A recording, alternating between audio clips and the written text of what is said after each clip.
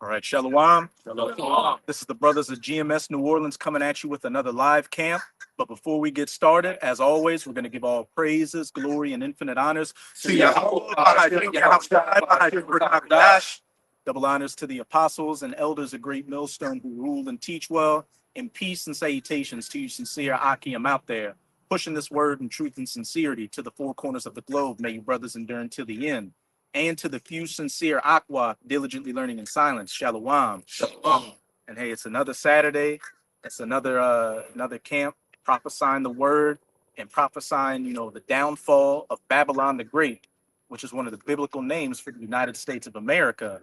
And as we can see, if you've been paying attention to current events, this place is about to get taken at all angles, economically, militarily, you name it.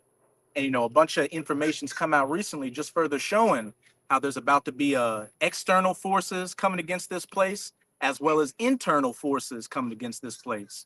Because for the longest time, these Americans thought that, hey, America could never be touched. You know, all these wars and crimes against humanity, that just happens to countries outside of America. They have something called normalcy bias, where since things have been normal in this country, relatively normal for the last couple of decades, that all that stuff is just, that's somebody else's problem. But when we go into biblical prophecy and then line it up with current events, you Americans are about to find out that it's about to become your own problem in your own backyard. I'm going to start off with that Ezekiel 38. It's the book of Ezekiel, chapter 38, verse 10. Thus saith the Lord Yahweh, it shall also come to pass that at the same time shall things come into thy mind, and thou shalt think an evil thought. And when you read up, this is talking about Gog, which is the biblical name for Russia in the scriptures. And then when you go down to verse 5, it talks about some of the allies of God, Persia, which is Iran, which keep that in mind because they're playing a major part right now. Ethiopia, Libya with them, all of them with shield and helmet. And then it says Gomer and all his bands. And Gomer is speaking of Turkey, which Turkey's a NATO member right now.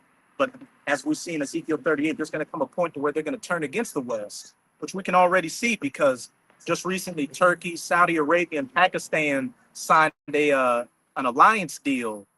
They said to protect themselves against Iran, but ultimately to protect themselves against the state of Israel, which this is what Ezekiel 38 is ultimately going into. These nations coming against the land of Israel and those Amalekite Edomites over there. But with these verses we're going into, keep in mind, it's talking about those Amalekites. Then on the other hand, it could be talking about America, these Americans as well. Keep going on. And thou shalt say, I will go up to the land of unwalled villages. I will go to them that are at rest, that dwell safely, all of them dwelling without walls and having neither bars nor gates. And that's talking about you Americans and your mindset, those that are dwelling carelessly, thinking they're safe. Like we just said, normalcy bias. Since nothing major has really ever happened on this landmass. Of course, you had the Civil War and the Revolutionary War, but that was nothing compared to like a World War I or World War II. Even an Iraq War or anything like that. Americans think that, oh yeah, that's just somebody else's problem. But it's about to become your problem. There's going to be IEDs going off in America. There's going to be terrorist attacks, whether domestic or foreign. There's going to be civil unrest, racial unrest, martial law. All these things that's just everyday life for a lot of these other countries out here is about to become everyday life for you Americans. But give you that Isaiah 47. If I grab one first. Con, you got it. Con, you got it. This is the book of Isaiah, chapter 47 and verse 1. It says, come down and sit in the dust, O virgin daughter of Babylon. And that's a key word. It talks about it being the virgin daughter of Babylon. Because when you go to Psalms 137, verses 7 to about 9, it equates you Edomites with being the daughter of Babylon. And again, Babylon, the virgin daughter of Babylon, Babylon the Great. Mystery Babylon in Revelation 17 is one of the code words for America. It says, sit on the ground, there is no throne, O daughter of the Chaldeans, for thou shalt no more be called tender and delicate. And, we can clearly see that right now. I've been chopping up with this brother. I've got a TikTok account. And when you go to TikTok, all it is people talking shit about Edomites, the so-called white people, and especially talking shit about America. The jig is up. Everybody knows that democracy is a sham, equality is a sham, and the only thing this government operates on is what? Theft. You know, making some other nation look like the bad guy, you know, because they have oil or some other resource, or they're in a geostrategic location and say, look, they're oppressing the women, they're oppressing the kids, and then we come in with democracy and freedom, and you just bomb the country back to the Stone Ages and have a bunch of corporations rebuild everything, and then it gets westernized. So then what do you get? Feminism, so the family breaks down, and then you get a bunch of sodomites running around. And everybody's hip to the game. Hence why it says, and I believe it's Jeremiah 51, the nations have drunk of thy wine, therefore the nations are mad. And that wine is going into your philosophies that you spread across the earth. You know, a lot of these nations have got on board with westernization, and they're seeing that it's breaking down their societies. So hence, they're bucking up against you. They're mad, you know, spiritually, and also they're getting mad physically to where they're ultimately going to, you know, take it to this whore. It's back in Isaiah chapter 47 and verse 7, it says, and thou sayest, I shall be a lady forever, so that thou dost not lay these things to thy heart, neither didst remember the latter end of it. Verse 8, therefore, hear now that thou art given to pleasures that dwellest carelessly. Going back to Ezekiel 38, the place, the of one-walled villages, dwelling carelessly, you know, and at rest and at peace. Yeah, and if I could add to you, because it said that thou said that I'll be a lady forever. So, like you said, you had a mindset of these Americans, you know, they're politicians. Even look at the president, man. I was looking at some shit earlier on Twitter today, and he, you know, this reporter was interviewing him, and he was like, "Oh well, dude, let's say I'm the best president ever." And the reporter said, "No one's saying that." He was like, "Oh well, maybe you're right." It's just a delusion, you know, that these Americans are under, you know, saying that, oh, we just gonna be a kingdom forever. Like it tell you in Psalms, the inward thought is that the houses shall continue forever. But no, man, this place is getting ready to see bloodshed like it's never seen before. The most bloodshed in human history. And just to back you up with Donald Trump recently with this whole situation with America running out of missiles, you'll have in one breath him saying, well, you know, we didn't run out of missiles. We still got missiles. But then the other hand, yeah, we're low on missiles. Yeah. So, and then he even went further. It's like, yeah, you know, we've got big, powerful weapons we haven't used yet. But yeah, we're running out of some missiles. And then it's like every other day, it's like, what? Oh, we've reached a peace deal with Iran. And then literally he said that recently. And then I think like damn near a couple of minutes later, but we're going to destroy them. Yeah. Some bullshit. Man. It's all just propaganda. You know, going back to that wine, that American exceptionalism that these people drink down thinking that, you know, we're number one. We're never going to go down. I shall sit a lady forever. Verse 8, it says, therefore hear now this, thou that art given to pleasures that dwellest carelessly, that sayest in thine heart, I am, and none else beside me.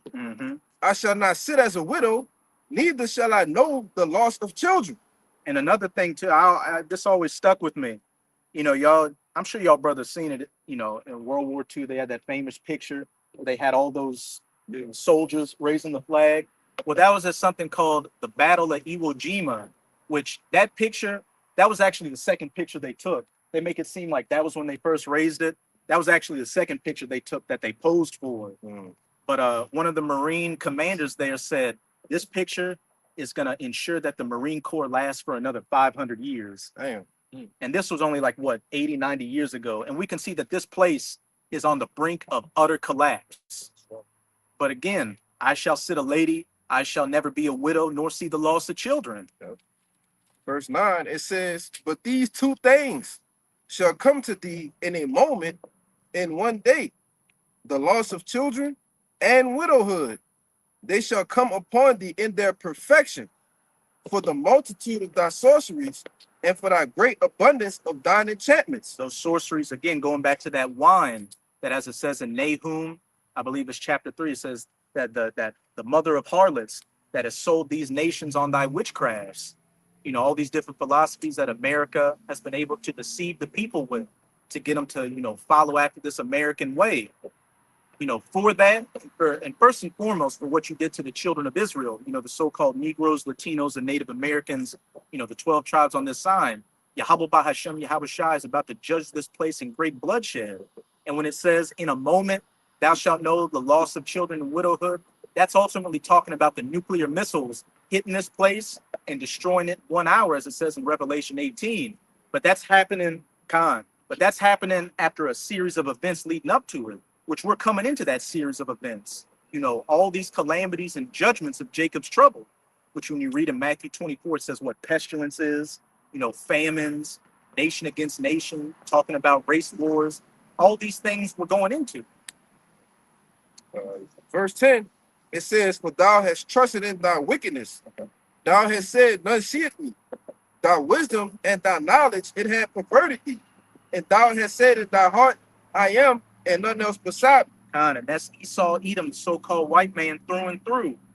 As you quoted, they think their houses shall continue forever.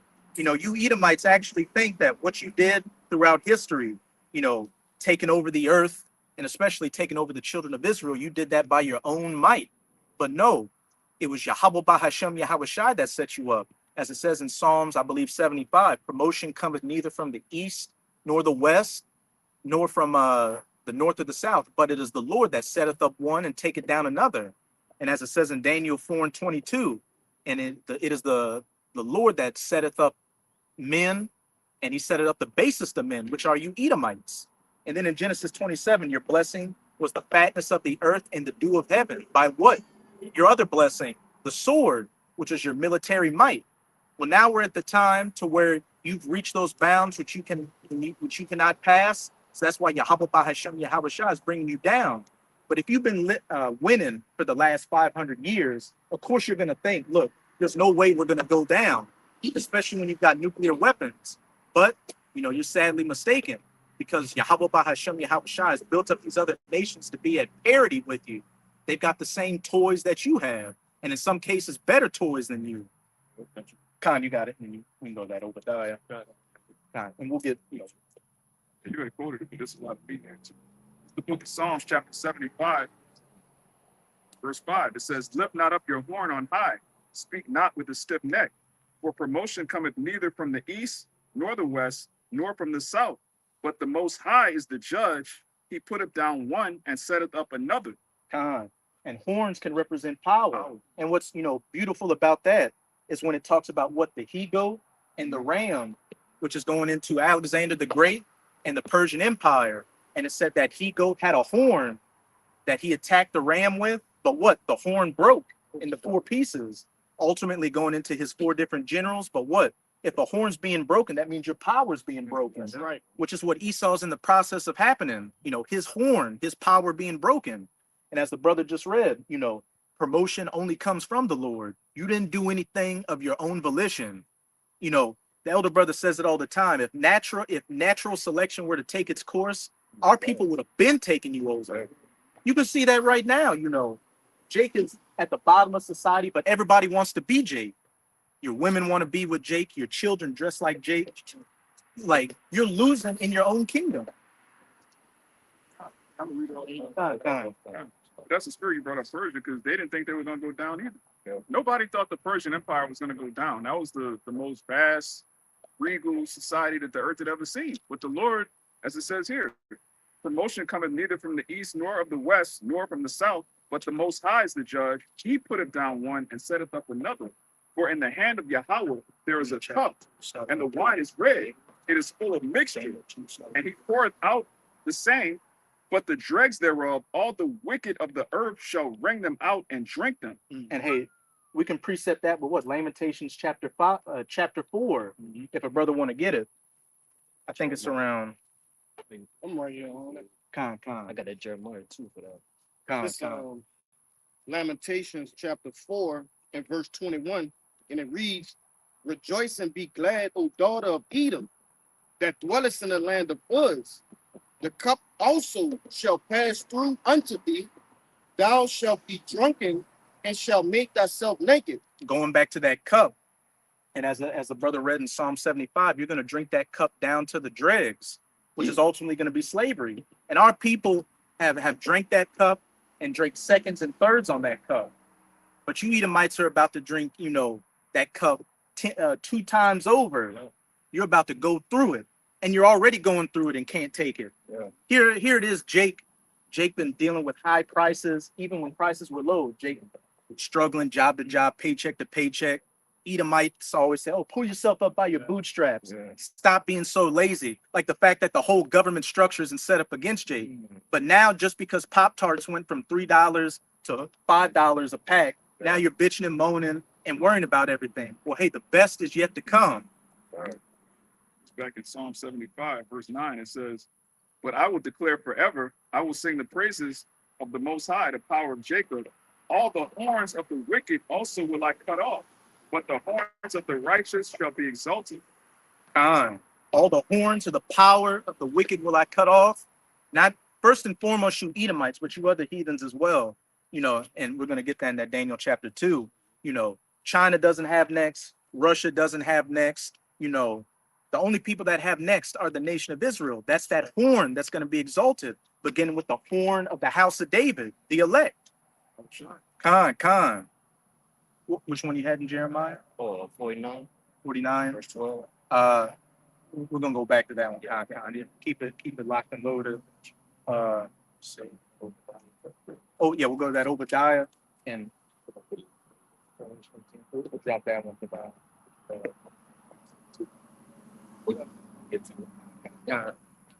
Khan. This is that book of Obadiah 1 and verse 1. It says, "The vision of Obadiah, thus said Yahweh power concerning Edom. We have heard a rumor from Yahweh, an ambassador is sent among the heathen. Arise ye and let us rise up against her in battle." So right off the bat, it says the vision of Obadiah, thus saith Yahweh concerning Edom. And the book of Obadiah, it's a short book. It's only 21 verses, but it's got everything you could want packed in it. It's a superfood. It's got all the nutrients, all the elements you could want in it. And it's especially dedicated to you Edomites. And as it said, an ambassador is sent among you, among the heathen, which is the prophets, where that ambassador is sent among you to tell you the message that's coming down the pipeline, your immediate judgment and destruction. As the next part said, "Arise ye and let us rise up against her in battle," which we're about to go into that article to show that these nations are getting ready to rise up against you. And as we started off with in Ezekiel 38, God, as well as his allies, are going to get that evil thought to come against that land of unwalled villages where they dwell carelessly, where they think they're going to sit a lady forever. Well, read the verse 4, and then you can get that article, Baba Michelle. Khan. This is second verse in Obadiah. It says, "Behold, I have made thee small among the heathen. Thou art greatly despised." And that can go into your demographics, because contrary to popular belief, you Edomites are actually the global minority. Right. Different nations of people, we'll just use it in regular terms like African, Asian. They say their numbers are in the billions. Yep. While for, Europeans, it's around 700 million. Damn. And even with that, they bolster your numbers by adding Arabs and Northern Kingdom. On a lot of the, what do they call it? The censuses in America, they relabel, Arabs, even North Africans as white. You're in a demographic decline. And then on the other hand, with you being made small amongst the heathens, is your reputation being made small. Everybody is looking at you Edomites, especially in the West, as the problem of the earth. All these issues we're dealing with, it goes back to, as Hugo Chavez said, blonde-haired and blue-eyed people are the root cause of all the problems going on out here. Right. The skirt, that's a part of that skirt being lifted up, and your shame being shown. You can no longer hide who you are. Verse 3, it says, "The pride of thy heart hath deceived thee. Thou that dwellest in the clefts of the rock, whose habitation is high, that saith in his heart, who shall bring me down to the ground?" Hey, I sit a lady, and I shall stand forever. You can read verse 1, then we'll get that article. It says, "Though thou exalt thyself as an eagle, and though thou set thy nest among the stars, thence will I bring thee down, saith Yahweh." And that's another context clue to show who Edom is. "Though thou exalt thyself as the eagle." And whose symbol throughout history has been the eagle? America, Nazi Germany, Rome, you know, these various Mount Petra. Khan. They literally have eagles carved into Mount Petra, and they even have images of Edomites with that Roman or Greek wreath around their head, showing that everything goes back to you. Though thou exalt thyself as the eagle and set thy nest among the stars, Houston has landed. You know, that fake moon landing, though you do have assets in low orbit space, thence will I bring thee down, saith the Lord. And as it said in verse 1, all these nations shall rise up against thee in battle. But you know, we're gonna go into, you know, a little bit of an article to show that these nations are getting ready to go to war against you, not just over in the Valley of Jehoshaphat, but even on the home front. This is the article, Iran International. The title says, Tehran preparing missiles capable of reaching U.S., cleric says. Wait, Tehran preparing missiles capable of reaching the U.S., cleric says.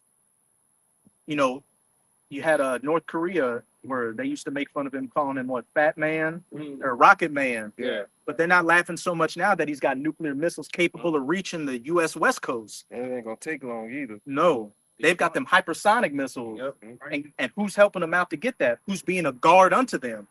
God, Russia, and China giving them that technology to bring them up to parity with the U.S. It says a senior Iranian cleric said on Friday that the Islamic Republic plans to increase the range of its missile to 15,000 kilometers, 9,300 miles. It says, which he said will allow them to reach deep into the United States. We are preparing ourselves that the American people too will see what it is like. It says we are preparing ourselves so that the American people too will see what it is like to hit by missiles and understand what it means to be left in the blood and destruction. And thou that dwellest carelessly. We have never seen widowhood or the loss of children. You know, those Iranians are talking big shit. They're saying we are preparing ourselves so that the American people, not the American government, but the average American citizen, too, will see what it is like to be hit by missiles and understand what it means to be left in blood and destruction. Arise ye and let us rise up against her in battle. All these wars that these American soldiers went and fought in other countries, you know, raped the women, murdered the children, you know, did all that horror and terror. All those children are grown-ups now. Yeah. And now they're getting ready to get their get back with their boots on the ground over here. Hey, if I could add a point real fast, because when you look at what it's called alternative media versus what you see here in America and versus overseas, they're telling you who the ones doing the bombing to them. You know, you look at the pictures of what is it, Gaza from 20 years ago to now, it's just totally desolate, man. You don't think they're teaching those children how did this happen? Who did it? And those same children are what? They grown now, man. You know, like the brother was saying. You know, you got it. Because I was in like the third, like the second, third, fourth grade when Iraq and Afghanistan happened. And I'm in my 30s now. So those children over there, they're around my age too. Yeah. And if you grew up seeing your loved ones get brutalized and now you see the place that did it going down, what spirit are you going to be in? It says it down a little bit in the article. I don't know if you want to read it. Yeah, you can read down to that paragraph right there. What's the dude name? Adolan. Abdelnabi Musa Bibar. It says the Friday prayer leader in the southwestern city of Abbas said Musa Bibar also said Iran missile could reach deep into Jerusalem around 2,000 kilometers, approximately 1,240 miles away. It says leading chance of revenge. He expressed hope that Israel Prime Minister Benjamin Netanyahu, not a Jew, will be destroyed by Iranian forces. So they're talking big shit. They're saying America's going to get that smoke. And they're saying what? You know, them little hats are going to get that smoke as well. And going back to Ezekiel 38, Persia was one of those nations that's under God. So everybody's ready for the smoke. It's just you average Americans that aren't ready for the smoke. A lot of y'all are dwelling carelessly. here we are going into school season and especially football season. Yeah. Football coming up, Halloween coming up, Thanksgiving, Saturnalia or Christmas. So their minds are somewhere else to drown out the fact that you're living paycheck to paycheck. Your wife's cheating on you, your kids hate you. See, that's a guy that's dwelling carelessly. The only thing, he's driving towards his own destruction. He just doesn't know it yet. Yeah. Con, you got it. Yeah, and for to add to the brother too, because what people have seen and forgot, when Sleepy Joe was in the office, you still have all of these sleeper cells here, man. Yeah, that's right. You know, you still have a boatload of people. You go back about 2-3 years that were coming in by the boatloads, middle-aged military men. All right, so-called Chinese, so-called Africans, man. Shit. So-called you even had the dude. What he said, bro. You may not know who I am Mhm. right now, Yeah. but you're gonna know me. You can't forget that all of these things have already happened, man. And we're not talking about a small number. We're talking about like a damn near invasion, man. You know? And all these people are just waiting for their turn to turn these things up. That's right. Because you have military troops that they're gonna launch here in America, but they're not gonna be the ones to put down their own people, man. You know? So that's why they're gonna have these foreign troops here that's already here to start mowing you down, man. You know? Go ahead. I believe like most of our land is bought by what is it, China, Mhm. so they already prepared, man. It's just a matter of time to where they just push the, give that call and say, look, man, we ready. Yeah, back his brother up about when the boats wide open. Then that A-list terrorist, you know what I'm saying? What did he say? Yeah, A-list terrorist. T.R. Slocky. What did he say? He was like, y'all don't know me now, but y'all gonna know my name soon. Man, they got many of him in America, bro, waiting for that green light. And he said before, it's like, you stupid Americans. Yeah. You don't know who I am now, but you will know soon. Yeah. And he prefaced it by saying, you stupid Americans. Why? Because he knows you're dwelling carelessly over here. He knows you're only concerned about football, drinking beer, and going to the club. Red circus. Bread and circus. Time. And he gave one in the spirit. And hey, as the brother was saying with those foreign troops over here, a lot of information is coming out that the ICE people, a lot of them are IDF, 1948 or Defense Force.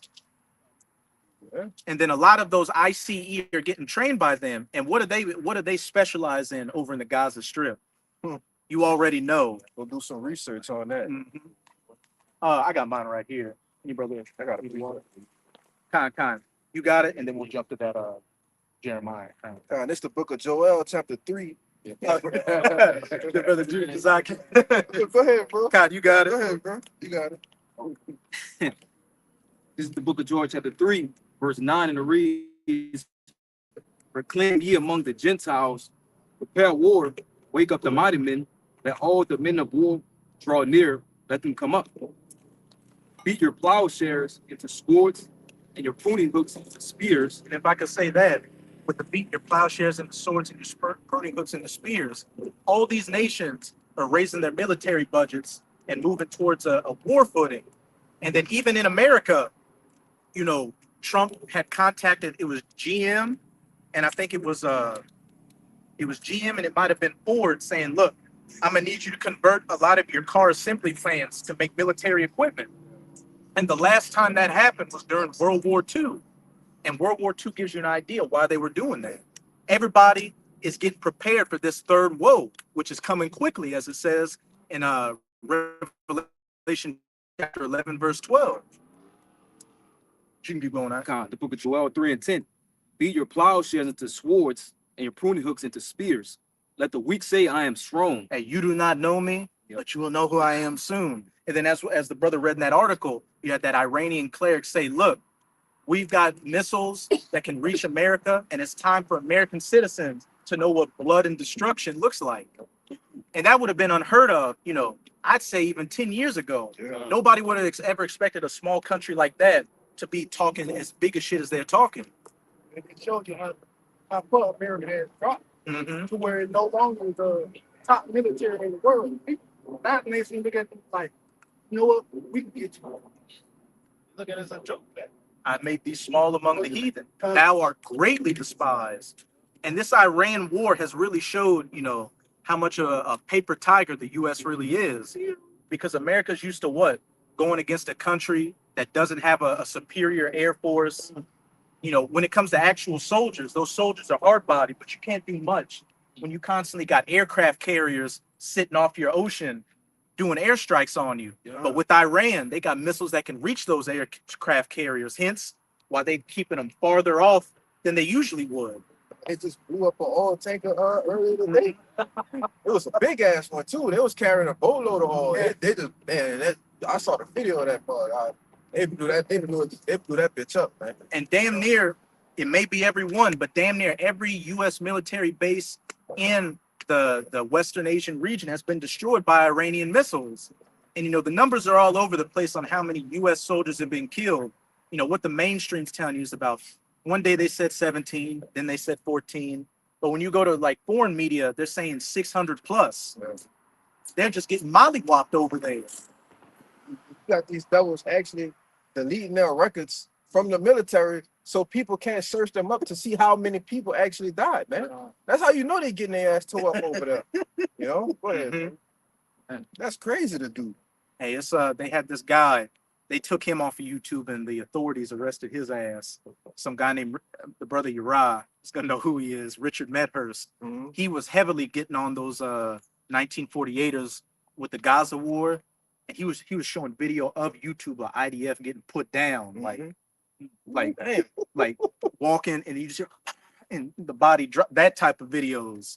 And he's like, hey, it's a different ball game when you're fighting against real men and not women and children. That's what America's learning right now. They're fighting against some real hard-bodied men with the military that's gonna lash back, and it don't feel so good. But he was what kind? Yeah, that Joel Kahn. Yeah, we still read down to Joel 3:11. Assemble yourselves and come, all ye heathen, and gather yourselves together round about. Actually, we'll stop at that. Let the weak say I'm strong. Sure. Now we'll go to Jeremiah. This is Jeremiah 51 and verse 11. It says, make bright the arrows, gather the shields. The Lord have raised up the spirit of the kings of the Medes. And, you know, that's another name for Russia in the scriptures, the Medes. Gog, the Medes, you know, the North Country. And it's saying, raise up the spirit of the Medes to do what? For his device is against Babylon to destroy it, because it is the vengeance of the Lord, the vengeance of his temple. For what? For you in 1 hour, in the moment, in a second, to know widowhood and the loss of children.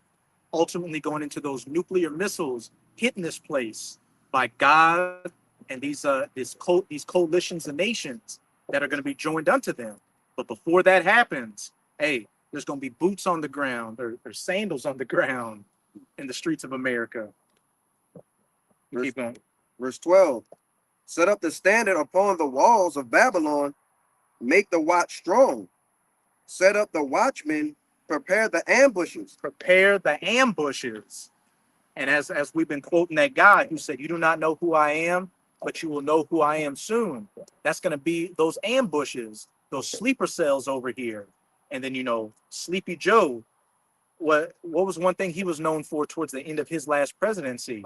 Having the open borders to the north and especially to the south. You know, we go into it a lot. It was something called the Darien Gap, which was like in South America, going through Central America to Mexico, all the way up here, where you had Iranians, you had Syrians, Chinese, Africans, Russians, you know, all these different nations of people traveling up through those open borders. And they're not coming here to look for a better life. They're coming here to take away your life. For the Lord have both devised and done that which he spake against the inhabitants of Babylon. Prepare the ambushes against the inhabitants of Babylon. Going back to that article, it's time for the American people, the Babylonian people, to know what blood and destruction looks like.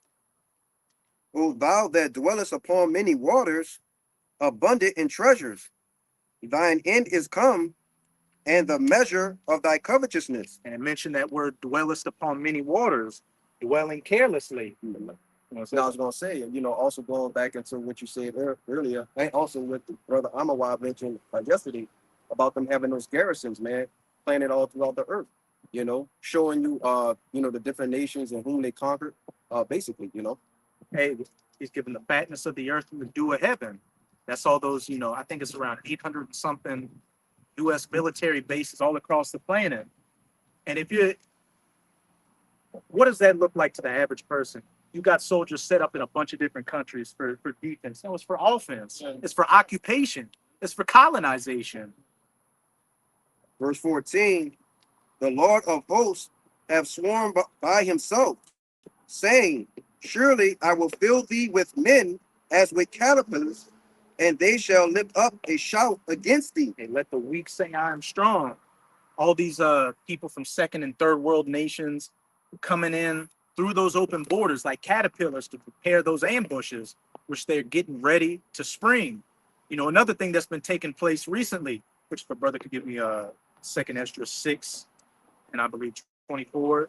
Another thing that's been taking place recently is in 12 states across America.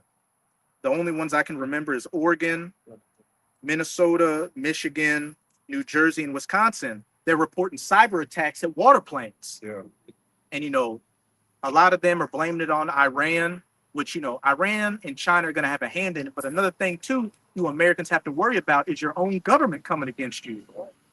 It's going to be domestic teists, foreign teists, and even Uncle Sam coming with some false flags against you. You're about to get pressed at every angle. Khan. And the second Ezra chapter 6, verse 24. At that time shall friends fight one against another like enemies. Civil unrest, racial unrest, martial law. And the earth shall stand in fear with those that dwell therein. The springs of the fountains shall stand still, and in 3 hours they shall not run. The springs of the fountain shall stand still, and in 3 hours they shall not run.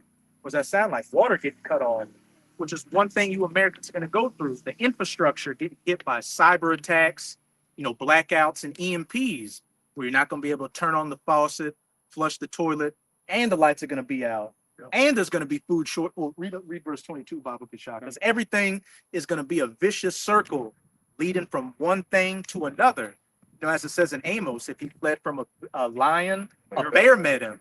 But then if he escaped the bear and put his hand on the doorpost, a serpent bit him. If Yahweh Bahashem Yahweh Shai is not protecting you out here, one of these calamities is going to get you. This verse 22, it says, and suddenly shall the sown places appear unsown, and the full storehouses shall suddenly be found empty. The full storehouses shall suddenly be found empty. Empty store shelves out here, which we got a little taste of that from 2019 to 2021 with the C-19. But things eventually got back to normal. What are you going to do when, once those store shelves are empty, they're going to stay empty? Then reading back down goes into what? Friends fight one against another like enemies. People fighting each other just to get food. You got it. Hey, with your boy, the Shell CEO coming out and saying it's gonna be the diesel getting, man. Yeah, how you just throw out a word about diesel getting, brother? Y'all haven't heard that before? Like Armageddon, but with diesel. And we know once the diesel gets short, ain't no trucks pulling up to them grocery stores and shit, man. They go there 2-3 times a week, and like I said, the average store keeps about 2-3 days worth of food. So if that truck missed one delivery, it don't take much to empty out that store, Yeah, and I wanted to say that all of America society runs on diesel. So yes, without the trucks, what about the farmers? Maybe not we be able to harvest they field. The stone places shall appear unsown. Yeah. Yeah, diesel is number one production when it comes to running America. Everything needs diesel. Even if the lights go out, you want to use a generator, it needs diesel. So hey, America doesn't run on Dunkin', it runs on diesel. I got a precept for you. I know Shai had one, then we'll go through brother's precept. Wait, where are you gonna start? Because we were going there. 14. Hold yours. Let's get the other brothers out because we're going through. I got one back up. This real quick. It's 2nd Ezra 16 and verse 21. It says, behold, victuals shall be so good, cheap You got upon started 18. 18. How'd you started 17? Okay. No, read verse. No. read verse 1 and then jump to 17. God. This is second Ezra 16 and verse 1. It says, woe be unto thee, Babylon and Asia. Woe be unto thee, Egypt and Syria. And we know woe means destruction. So what? Woe unto thee, Babylon, Egypt, which you know are code names for America. So this is giving you an idea on who these main woes are coming towards. Go to 17. 17. All right. Woe is me, who will deliver me in those days? The beginning of sorrows and great mournings, the beginning of famine and great death, the beginning of wars, and the powers shall stand in fear. The beginning of evils, what shall I do when these evils shall come? And you know, we can relate this back to what? Matthew 27:24, verses 7 to 8. The beginning of what? You know, famines, nation against nation, earthquakes in diverse places. You know, as it says in Isaiah 28:8, precept upon precept, line upon line. You know, these scriptures, they back up each other from the New Testament to the Old Testament to the Apocrypha, and they're all telling the same story and leading to the same conclusion. Jacob's trouble, great chaos and judgment that's about to befall this earth, especially Babylon. Behold, famine and plague, tribulation and anguish are sent as scourges for amendment. Keep in mind, that's the second time it mentioned famine. Right, and it also mentions amendment, which is basically going into the betterment or improvement, man, to chastise the people and correct them as far as the Israelites are concerned. Because the other heathen nations, they don't have no outlet. You know, it's over for them, especially if they're on the shores of America, man. Verse 20, and it says, "But for all these things, they shall not turn from their wickedness, nor be always mindful of the scourges." If I could say, I'm sure some brothers up here can give this account.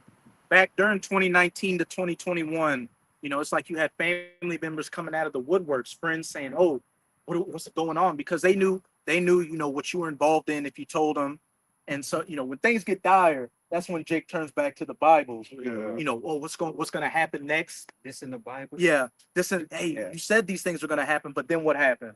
When things got back to normal, they went back to scoffing, Yeah. not always being mindful of the scourges. And even when these terrors come, what is a lot of our 2/3 of our people going to turn to? Going and getting that microchip instead of taking heed to the words of the prophets. I was going to let it go. It says, verse 21, it says, "Behold, victual shall be so good, cheap upon earth, that they shall think themselves to be in good case. And even then shall evils grow upon earth, sword, famine, and great confusion." And mentioned famine a third time. There we go.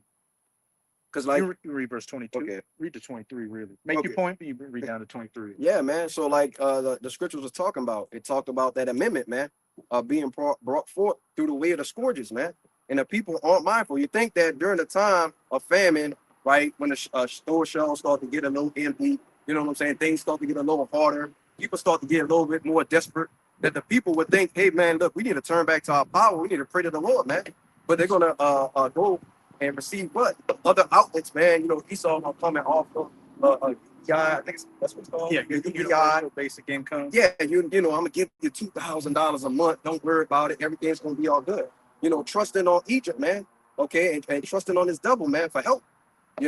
But all he gonna do is just turn his back and bite you, man, like a serpent. The serpent he is. And to back you up before you continue, in the same chapter, 2 Ezra 16 and 68, "For behold, the burning wrath of a great multitude is kindled over you, and they shall take away certain of you and feed you, being idle with things offered unto idols." And for 2/3 of our people being idle, what are they going to feed you?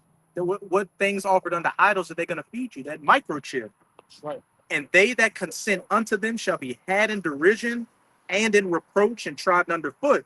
So even though the majority of our people are going to take that microchip, you're still going to be you're ultimately going to get destroyed by the missiles, but you're going to get mocked afterwards, especially if you were somebody who knew this truth and still got to see him. Your chastisement is going to be that much more. Verse 22. It says, for many of them that dwell upon the earth shall perish of famine, Fourth time.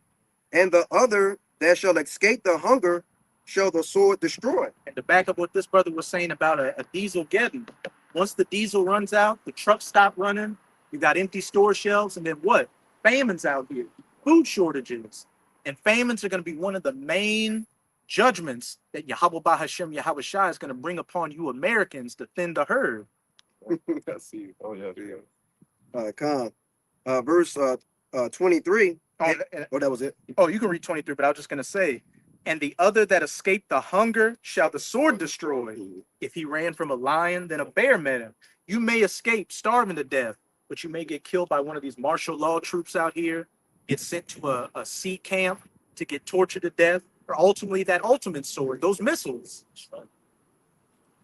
Verse 23. And it says, and the dead shall be cast out as dung, and there shall be no man to comfort them. For the earth shall be wasted, and the cities shall be cast down. And that just goes to show the mass amount of death and destruction that's going to come. People are going to be strewn out here as a dung.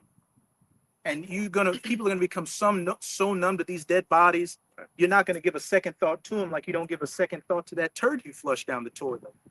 That's that cold, barbaric spirit that's about to get out here. Which actually, yeah, what is it? You can read down. You can read down to 31. There, verse 24. There shall be no man left to till the earth and to sow it. The trees shall give fruit, and who shall gather them? The grapes shall ripen, and who shall tread them? For all places shall be desolate of men. And think of that movie, I Am Legend. Since Will Smith was the only man roaming around, you had grass breaking through the concrete, you had wild animals roaming through the street. Since nobody's going to be out here picking fruits or tilling the ground or cutting the grass, nature's going to start taking over again. Yeah. That shows you the great lack of people there's going to be out here. Yeah, his best friend was a mannequin. He used to go into the store talking to a mannequin every day, man. Y'all said y'all had some precepts? Okay. I had something. Before we continue, we'll get y'all's precepts. Whoever want to. I got something. Just Backing up that normalcy of the seeing of corpses, man. All right. This the book of Nahum, chapter 3 and verse 1. And it reads, hey, you have that? It says, woe to the bloody city. It is it is all full of lies and robbery. Hey, sorceries, the witchcrafts, and the deceit, which can make the nations drunk. And then what's it saying in Ezekiel 35? Since thou hast not hated blood, blood shall pursue thee. America is that bloody city. It reads, the prey departeth not.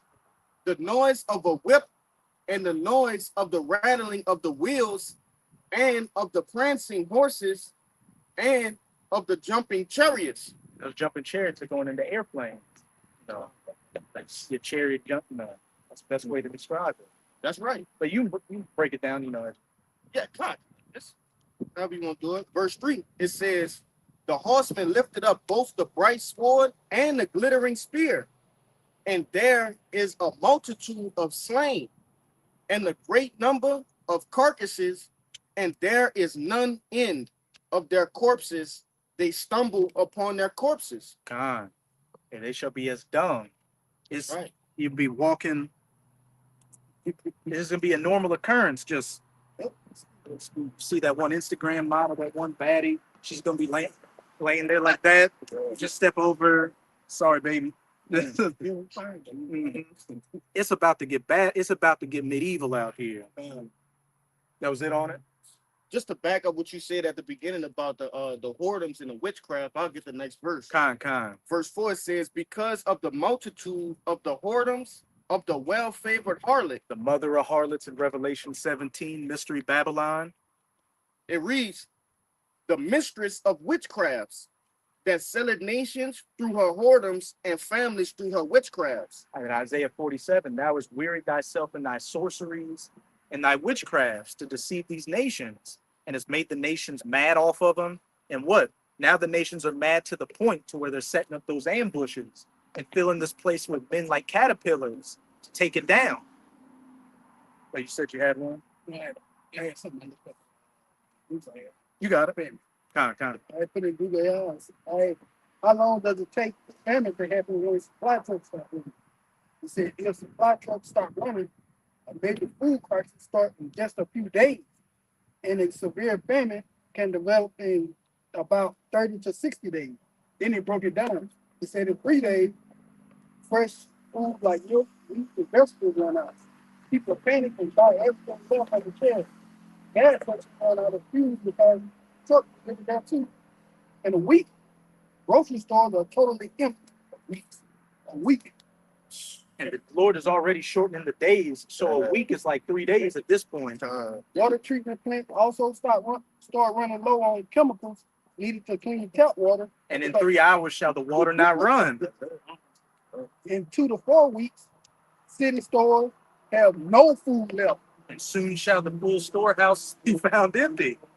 Food still exists out on farms, but nobody can move into the city without the truck. Hey, going back to that second Ezra 16, a lack of men, so nobody will be able to pick the grapes or till the fields. Hey, everything's lining up. 30 to 60 days, a full-blown famine hit urban areas unless the government steps in to ration and to hand out emergency supplies. And what are you going to have to do to get those rations? Put that hand on that table, and there you go. Right, because hey, that's for a basic income family. Majority of you jakes don't even have $500 to do these things, like go and finish buying up the rest of the storehouse. So it's to be other chaos in these low income areas, like damn near almost immediately after the first few days, man. Majority of jakes is living off what? Government assistance. All right. They don't got shit in their pantry already. So hey, everything this brother is saying is gonna come in real time and real fast, man. We're at the end of all things. Everything Yahweh Ba'ashim Yahushua is saying. And just to back you up, Right. what have you been having recently? It was like the YNs that were just bum rushing places and Oh yeah. and ransacking, and they're doing that. What was it called? Yeah. Yeah, it was something like that, where it's like just groups of YNs will go to certain areas and just steal a bunch of shit. And as it says in Luke, if they do this in a green tree, how much more in a dry? We still got electricity. You can still fill your car with gas. You can still go buy some Takis from Walmart. So how much more when all that's not here? People are already acting like animals. So when they're starving like animals, hey.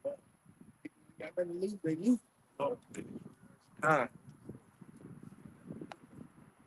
Oh, kind. Yeah, some more were you? Kind. Whoever want to go first. I'll get real quick because y'all keep mentioning the plagues. Real quick, second Ezra 15 and 49. I will send plagues upon thee, widowhood, poverty, famine, sword, and pestilence to waste thy house with death, destruction, death. Kind. Hey, I will send plagues upon thee, widowhood, poverty, famine, sword, pestilence to waste thy houses with destruction and death. And when you read a few verses up, it says, and thou Asia, that are partaker of the hope of Babylon. So this is not just going to be happening in America. It's going to be happening in countries all across the planet. That's right. And remember what it said in 2nd Ezra 16 and 1. Woe to thee, Babylon and Asia. You Moabites, the so-called Chinese, are going to get it. You Europeans are going to get it, which what? They're going through a horrific heat wave right now where it's in the thousands of people that are dying of heat stroke. Yahweh Bahashem Yahweh Shai is touching this place. If I could say, Japan just went through a massive tsunami, man. A massive tsunami. Hey, that's Isaiah 28 and 29. The Lord with tempest and storm. Everything's covered. Mm-hmm. That was it? Yeah, that was This is Jeremiah 30 and 4. It says, he for the words that Yahweh spake concerning Israel and concerning Judah. But thus said Yahweh, we have heard a voice of trembling, a voice of fear and not of peace. actually now and see whether a man do a travail with a child. Wherefore do I see every man with his hands on his loins as a woman in travail? And all faces are turned into pale. Still got that. Could you Alas, jump to 57 and read to 58? Because just to back you up where it said, I see every man with his hand upon his loins like women. You know, the most badass Jason Statham person out here, Jack Reacher type person out here. But these calamities really come. You know, you're gonna have those type of men breaking down. Because what? You may have a strong body and a skill set, but a lot of y'all's mentality is weak. You start seeing real quick. You start seeing women and children get put down. You know, this society is already sifted out over the women and the children. They're just going to completely shatter. it's a female. What's a female? Before one of them IDF troops hit you in the face with the butt of their gun. Yes, Yeah, verse 7 it says, alas, but that day is great, so that none is like it. It is even the time of Jacob's trouble, but he shall be saved out of it. it is even the time of Jacob's trouble, but he shall be saved out of it. Speaking of those of the elect, which, as it says in Daniel chapter 12, you know, those that are written in the book, the archangel Michael is going to stand up for him. Right. You know, it also says the righteous shall scarcely be saved. You know, we're going to be in the midst of this chaos as well. The only difference, Ezra said in 2nd Ezra 16 and 17, woe is me, woe is me. Who will deliver me in those days? Because he saw himself in these days and saw how bad it was. But that is why we're diligently doing what we're doing right now. You know, standing upon our watch, preaching this word to get the blood off of our hands in hopes of having that hedge over us. Because if Yahweh Bahashem Yahweh Shai is not in your corner, hey, that's it for you. You got it. Because that's why I tell you in Job, is that Peter, they tell you to gird up the loins of your mind, man. Because if you're not spiritually building, all right, your mental capacity to see these things and endure these things, it's over for you, man. You know, when you in the midst of Jacob's trouble and you see 15 women get mowed down right there, a lot of Jason's gonna, you know, start shaking, just sit there and just wait to die, man. Yeah. You just have to have your mind made up and to go through it, man. Because none of us up here are exempt from going through Jacob's trouble. We ain't just gonna walk through it on eggshells. No, we gotta go through that too, man. You know, that's why we have our mind is made up, our minds is girded up to prepare ourselves to see these things, man. Through faith, though. You know, but you got it. Like I say, that's a beautiful point. A lot of Jakes, they watch videos and think that I follow the elders, I'm subscribed to this channel. So in Jacob's trouble, I'm gonna just be in a mansion somewhere with a bunch of food. Like, no, the Lord's preparing us to go through Jacob's trouble, not avoid it. Mm-hmm. Could you get that 2nd Ezra 15 real quick? Just to back up.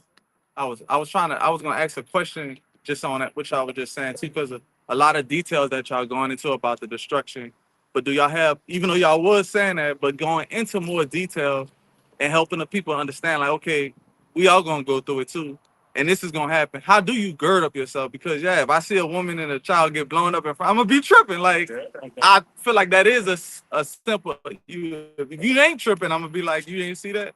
So what is all of that look like for a person when, like, what is a safe place, quote unquote, that you should be doing versus being asleep? And relying on the Lord. It's as simple as that. And you know, you're in a good stead right now. You know, you're out here listening to the word, listening to these things that are about to take place. And that's what we're here to do. Preach this word, you know, to tell our people that these things are coming and to get back to following your power, which comes to, you know, first having faith in what the prophets are preaching, and then, you know, following the law, statutes, and commandments to the best of your ability. I can make a point. Con, you real got it. quick to further answer what you asking. All right, when you indulge yourself in these scriptures, it gets you back into that manly estate too, man. And also you have to understand judgment. All right, seeing somebody get blown up, women or children in front of you, which what is that? Ezekiel 9 goes into the Lord's not going to spare women and children, nor the old. All right, so nevertheless, we're going to see these things. Okay, but understanding judgment, all right, knowing that is their judgment will give your mind ease. You're gonna know when you see a baby laying there dead that was the judgment of Yahweh Ba'ashem Yahushai. You're gonna know that. So it's not gonna affect you like somebody that's outside of the truth, if that makes sense to what you're saying. That makes sense. This Daniel chapter 12, verse 1. And at that time shall Michael stand up, the great prince, which standeth for the children of thy people, which Michael is the archangel. All right, he's going to defend us. It says, and there shall be a time of trouble such as never was since there was a nation, even to that same time. All right. Now, how do you prepare for something that's never happened on the earth before? I don't know. You can't. You can't. Oh, It's not a trick question, bro. yeah, no, I'm glad you asked. You looked there. I was like, Yeah, so I the got- Lord is about to show us things that the earth has never seen. Right. Esau has weapons, he has technology that he shows bits and pieces in these movies, but we're about to see things we've never seen. So the only way to prepare for the unseen is, like the brothers have been saying, to have faith. Right. You understand what the definition of faith is according to the scriptures? I understand the definition, but I get it seen different. Like, Hebrews Christians 11. got it, and Hebrews 11. I got it. It was, I got it. bring it out real quick. Yeah, Hebrews 11 and 1. Now faith is the substance of things hoped for, the evidence of things not seen. Like the evidence of things not seen. So we build up your faith, building up the courage to endure things that you haven't seen before. All right, we can prepare for things that have happened already. You know, Jake already used to seeing Esau with guns shoot our people down in the street, but we're about to see some wild stuff. So you have to prepare your mind for that. Like the brother's been saying, the only way to do that is to search the scripture. I want to back you up real quick and just to cover all aspects. This is 2nd Ezra chapter 9. I'm gonna start at 7. And everyone that shall be saved and shall be able to escape by his works and by faith, whereby ye have believed. So you got to have the faith in what the prophets, that we are the prophets of the Lord, and what we're preaching is the word of the Heavenly Father, and that is going to come to pass. And by that faith, what you're going to continue, to inquire and start to mold yourself after what the scriptures are actually saying, which goes into your works. Stopping eating pork. Not saying you're doing these things. Just No, give an example. yeah, I want to hear the example. Yeah. Not committing adultery. Not celebrating holidays, which goes back to paganism. Just taking yourself out of the ways of this world. Right. Now, when I say that, I'm not telling you to quit your job or anything like that. We're still subject to captivity. We got to pay taxes and everything. But search the scriptures and get more towards the mindset of where our forefathers were in. Mhm. And hey, you're out here right now. You came out a couple of weeks ago. This obviously has piqued your interest. And I know you were asking me earlier, what is camp? And I told you, it's when we get together and preach this word. And you were asking if we have classes, which we do have classes. And what did I tell you? Oh, you got to be in the camp. And how did I tell you to get it? How you get into the camp? You just come, but I like this too. You Yeah. come out Yeah. and you tarry, and then hey, if it be the Lord's will, and you be over on this side, be on the classes preaching this word, and that's also a part of the works. So you have the faith to believe, and then you show your faith by your works. So continuing, whereby ye have believed, shall be preserved from the said perils. Trying to get that word preserved. Everything we've been going into, the famines, the mass death, which includes women and children. As the brother said, things, how do you prepare for something you've never been through before? You can. But we're preparing for it by doing what we're doing right now, having the faith that what the Lord said would take place in these scriptures is. So we're doing these works in order to be preserved from it. And shall see my salvation in my land and within my borders, for I have sanctified them for me from the beginning. What you got it? Real quick, Okay. if I can finish this verse, because that's beautiful that you brought that out. Because at the end of this verse, it says, and there should be a time of trouble such as never was since there was a nation, even to that same time. This is the point right here. And at that same time, thy people shall be delivered, every one that shall be found written in the book. So it's the same way we talk about World War III, race wars, famines, all of these things. The Bible says that there's a remnant of people that's going to be delivered from that. So our faith is that we're part of the number of the elect that's going to be delivered out of that. So, we prophesy about war and pestilence because that's what prophets do. But we're not saying it as if we're all going to die. Every man on this side right now, we have the faith that the Lord's going to deliver us out of these things. That's why we put forward our best foot forward, studying, being a brother, being the best man of the Lord that we could be, because we know in that day the Lord's gonna remember our works. He's gonna save us. That's our hope. Ezekiel, so give me Ezekiel 3, read verse 17 to 19. I got something for you. Con. All right, y'all can get y'all can All get right, yours. Yeah, cool, con. cool. Yeah. This for you, bro. This is Psalms, the 91st chapter. And I'll start at the top, but I'm gonna jump to a point. All right. This Psalms 91:1. It says, "He that dwelleth in the secret place of the Most High shall abide under the shadow of the Almighty. I will say to the Lord Yahweh, He is my refuge and my fortress, and my power. In Him will I trust. Surely He shall deliver thee from the snare of the fowler and from the noisome pestilence." Now I'm gonna jump down to. I can read the whole verse, but huh? Yeah, I might as well. Real quick. It says, "He shall cover thee with his feathers, and under his wings shalt thou trust. His truth shall be thy shield and buckler." So this truth is our shield and buckler. Having the Lord come sup with us, deal with us, having an understanding of the wisdom and knowledge that we actually dealing with in the scriptures. That's going to be what comfort us, as it says in Isaiah 33:6, that wisdom and knowledge is going to be the stability of our times. So when you seeing all these, different all hell breaking loose, the wisdom and knowledge of the scriptures is going to keep us stable. Yeah. That's going to keep our minds afloat to, keep pushing, because we understand prophecy. We understand what's going on. Yeah. People in the world, they fear what they don't know. Yeah. We understand what's going on, so therefore we ain't going to have no fear. Yeah. Right? Let me finish it out for you. It says, "Thou shalt not be afraid for the terror by night, nor for the arrow that flieth by day, nor for the pestilence that walketh in darkness, nor for the destruction that wasted at noonday." It's the point I want to get to. It says, "1,000 shall fall at thy side, and 10,000 at thy right hand, but it shall not come nigh thee." Yeah. You got it. And going back to that second Ezra 16, the people shall be as dung, and the one you brought out, Nahum 3, the body, you shall stumble over the bodies. Yep. We're gonna go through it. I can say everybody up here ain't never been in a war zone, ain't never seen masses of bodies just dead laying around. So when it comes to that, we're in the same position as you. We've never seen horrific things like this, but that, as the brothers have been going into, that's why we're doing what we're doing right now. Being diligent unto the Lord, showing our faith through our works by preaching this word and believing in the Lord, so that we'll have this knowledge, wisdom, and understanding to guide us through these times and keep us stable.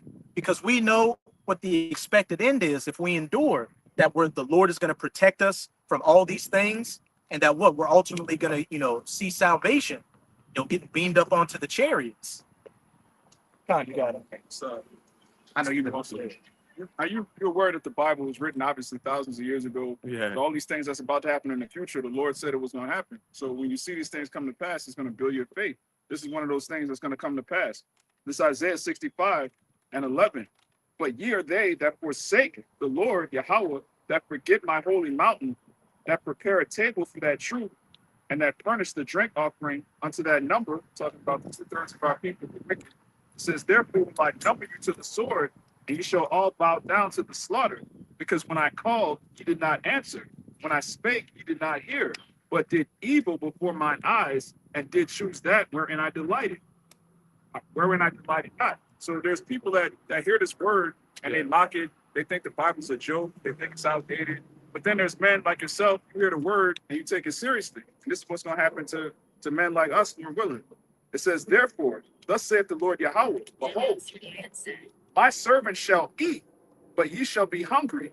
Behold, my servant shall drink, but ye shall be thirsty. Behold, my servant shall rejoice, but ye shall be ashamed. Behold, my servants shall sing for joy of heart, but ye shall cry for sorrow of heart, and shall howl for vexation of spirit." So a major biblical prophecy is that the men that turn away from sin and repent are going to be protected in that day. And the men that take the Lord for a joke, they're going to die. Their children are going to starve right in front of them. They're going to get put to death. These are the judgments for non-believers. Yeah. So if you're a believer, you should have hope in salvation. Yeah. Yeah, that's right. You got I it. mean, it really is that somebody who Con. Yeah. Read 9 to 12. But just to back this brother up, I'm gonna read this real quick. This is Sirach 2:10. "Look at the generations of old and see, Did ever any trust in the Lord and was confounded? Or did any abide in his fear and was forsaken? Or whom did he ever despise that called upon him?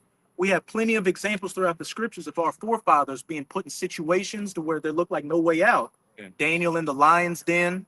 You had the prophet Elijah, who during a famine, the Lord guided him to a lake with water, and birds were literally bringing food to him. Yeah. We have all these examples, and that goes into the faith too, to believe that these accounts took place in the past. Yeah. That if the Lord had his men protected back then, looking at the generations of old, what's going to be the same for his men now, walking in that same stead, receiving though ye shall eat and drink while they shall, thirst and hunger, ye shall joy and laugh while they shall sorrow and lament. For the people that don't take heed to the word, 2/3 of our people, as it's about to say in that second Esdras. Because remember, further up, it said, and everyone that shall be saved and shall be able to escape by my works and by faith whereby ye have believed shall be preserved from the said perils. So that's those that are being faithful to the Lord right now.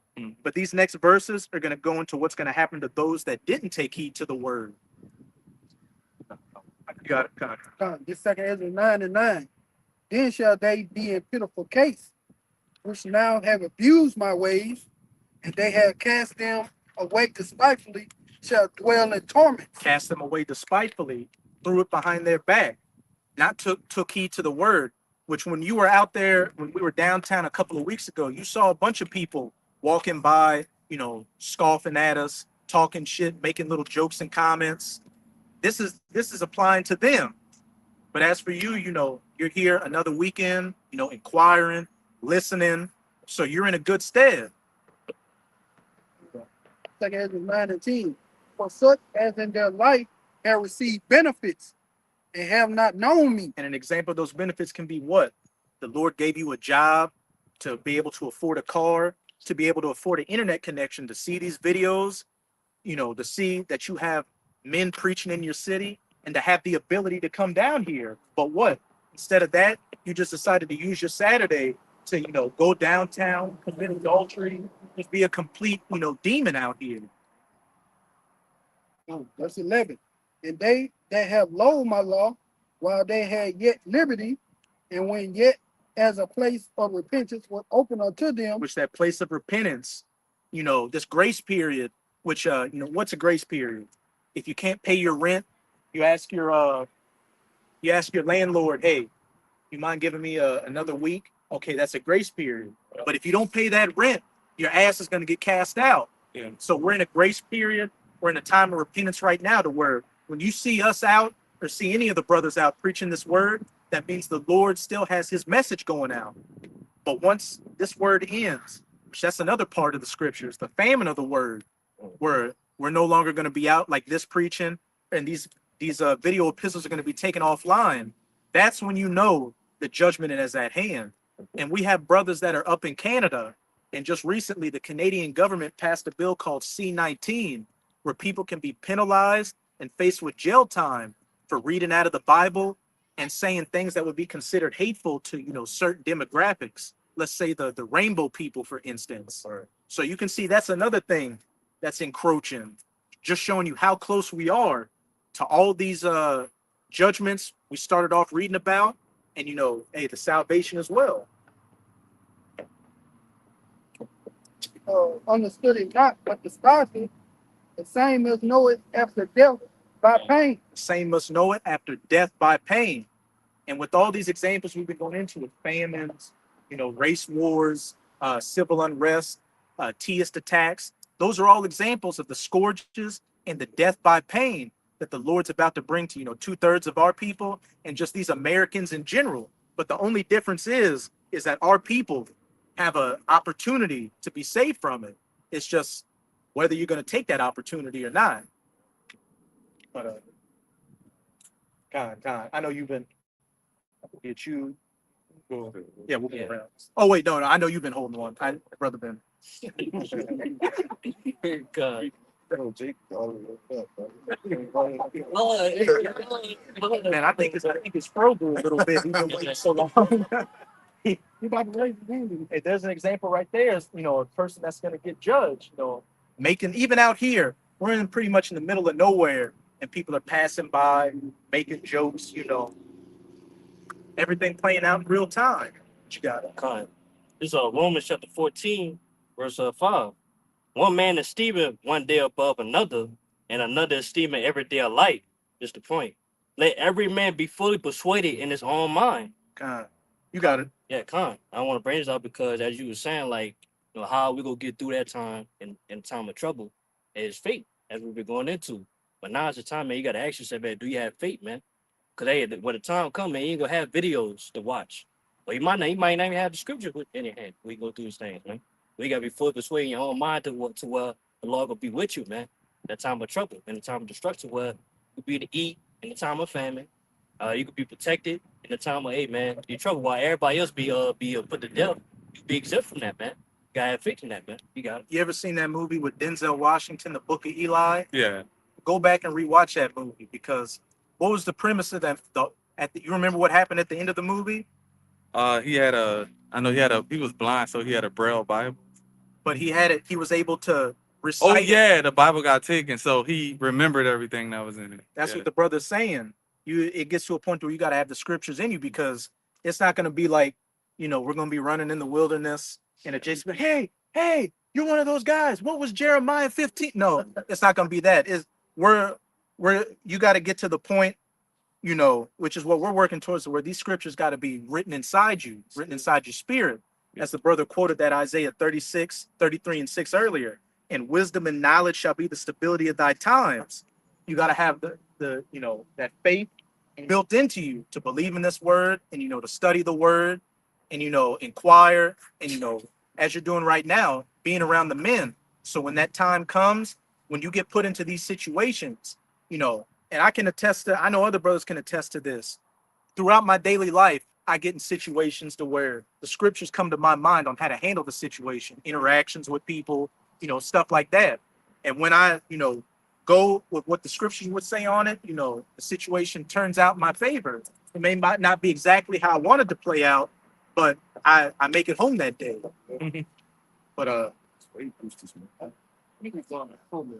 you done? Yeah, I'll come. Con, you got it. Then we'll come back to this side. This is to back up that grace period. I ain't get the whole thing. I'm gonna just get like 2 points. This Proverbs 1, I'm gonna start at 20. It says, wisdom cried without, she uttered her words, her voice in the streets. She cried in the chief place of concourse, in the openings of the gates. In the city, she uttered her words, saying, how long, ye simple ones, will you love simplicity? You got it. Done. Okay, and that's just like the brother was saying a little earlier. Okay, as long as the prophets are out on the scene, okay, it's still a time of repentance. Okay, the doors are still open. All right, you can still turn back. Okay, but we have 2/3 of our people which are not hearkening to the words of the prophets. Okay, it says, wisdom cried without, she is in the chief places of concourse. And, you know, where we were at downtown, where we used to be at, that was a chief place. Everybody was there. And even out here, it's on the lake. We still got people passing by, honking the horn. So we're visibly out here for people to see. The highways and the hedges, you know, and wisdom is crying without. When y'all say the prophets, I'm sorry, y'all talking about like y'all, I mean, it's more than y'all, like you said Canada. So the people that's on the street corners that's preaching? Not everybody, because you do have, you know, false teachers out here. You do have other Israelite camps. But the thing is, you know, when you line up what they're saying with the scriptures, a lot of what they say doesn't line up with the scriptures, you know, and a lot of those camps, when you go up to them, you know, they'll shoo you away and won't answer questions. Like when I say brothers up in Canada, I'm talking about brothers in GMS or Great Millstone, because you got other camps like the IUIC or ISUPK. We believe, I say we know the mark of the beast in Revelation 13 is the micro C hip that we've been going into. They say otherwise. Yeah, they say what you just I'm not doing all this. They say what you just said before too, but that both could be true too. They were just saying how you guys are saying like your mark could be like right now is open. So if you reprove your ways, you could be saved during that time. But if you not, just like I was reading it, Ezekiel, Jeremiah, the people who doing bad, who don't want to turn, their mark basically with death. And the people who doing well, like y'all said, is gonna be welcome to life. The thing is, but a little leaven leaveneth the whole lump. Yeah, also, that's the word mark in English. When you go into the Hebrew and the Greek, that's two different words. So mark in Ezekiel 9 is the wa, which is a mark of exemption. And mark in Revelation 13 and 16 is charisma, which is an implantable, something inserted in your hand. It's a physical device that's going to be inserted in you. So I was talking more context of what y'all said. Like context of what y'all said. Like the Like way to coming be back to saved. the Lord. Yeah. Yeah. Like I thought that was like most of the meet and grid that hit me in the beginning. Like, oh shoot, I ain't doing nothing the Lord said. Like that was the most safest place. Like when you said, I don't want to go through the details of, you know, I ain't saying you eat pork and stuff like that, but when you turn around, you go, dang, I eat pork, I celebrate this, I do that. Like I'm really like basically saying, hey, kill him, he a heathen. Like, you know. So when you said that, I had put it to something else that they said. Once again, when my original question is saying, not just them, everybody feel like they a prophet for the Lord. So that's why I asked when you said when the prophets on the street, did you mean like the people that's on the street, like y'all, or do you mean the prophets in the Bible? That's what I thought you. Prophets in the street. Okay. Yeah, us. And like I said, you got many different camps out there, but not everybody has the truth. There's only one truth. And if I could say real quick, you got it. This is Amos 3:3. Can two walk together except they be agreed? You know, those other camps do say come back to the Lord and you know, don't repent, don't eat pork and all that. But when it comes to the nitty-gritty, again, the mark of the beast, I can guarantee you those other camps, at least IUIC and ISUPK, don't say it's the microchip, which when you read Revelation 13, it tells you if you take that mark, you're going to be destroyed. So you got to know what the mark is in order to not be destroyed. And if you don't have faith to believe that what we're saying is the mark and you take it, you're going to get destroyed. Yeah, that makes sense. It makes sense. Yeah, I was just gonna say, just to add on to the brother, like the brother was saying, the other camps do teach, you know, to come back to the law, statute, commandments, you know, and have faith, you know, in the Lord. But the thing he was saying, which separates us from them, is that we believe 100% that the so-called seed is the mark of the beast. Yeah. That's what separates us from them. So we would say here at Great Millstone, we have 100% truth. They don't have 100% truth. And the truth is not 100. The truth is not the truth. It's not at 100%. You get what I'm saying? So, and other camps have even said themselves that they don't have 100% truth, but nobody has it, or 90%, or 95. Right? That means somewhere within your doctrine you're wrong, or you don't have the answers to the question. That's the point. If you say that, if you putting your faith in somebody that says, "Hey, I'm not 100% right on what I'm teaching you," what are we doing? what are we doing? Right. Like my life is my life.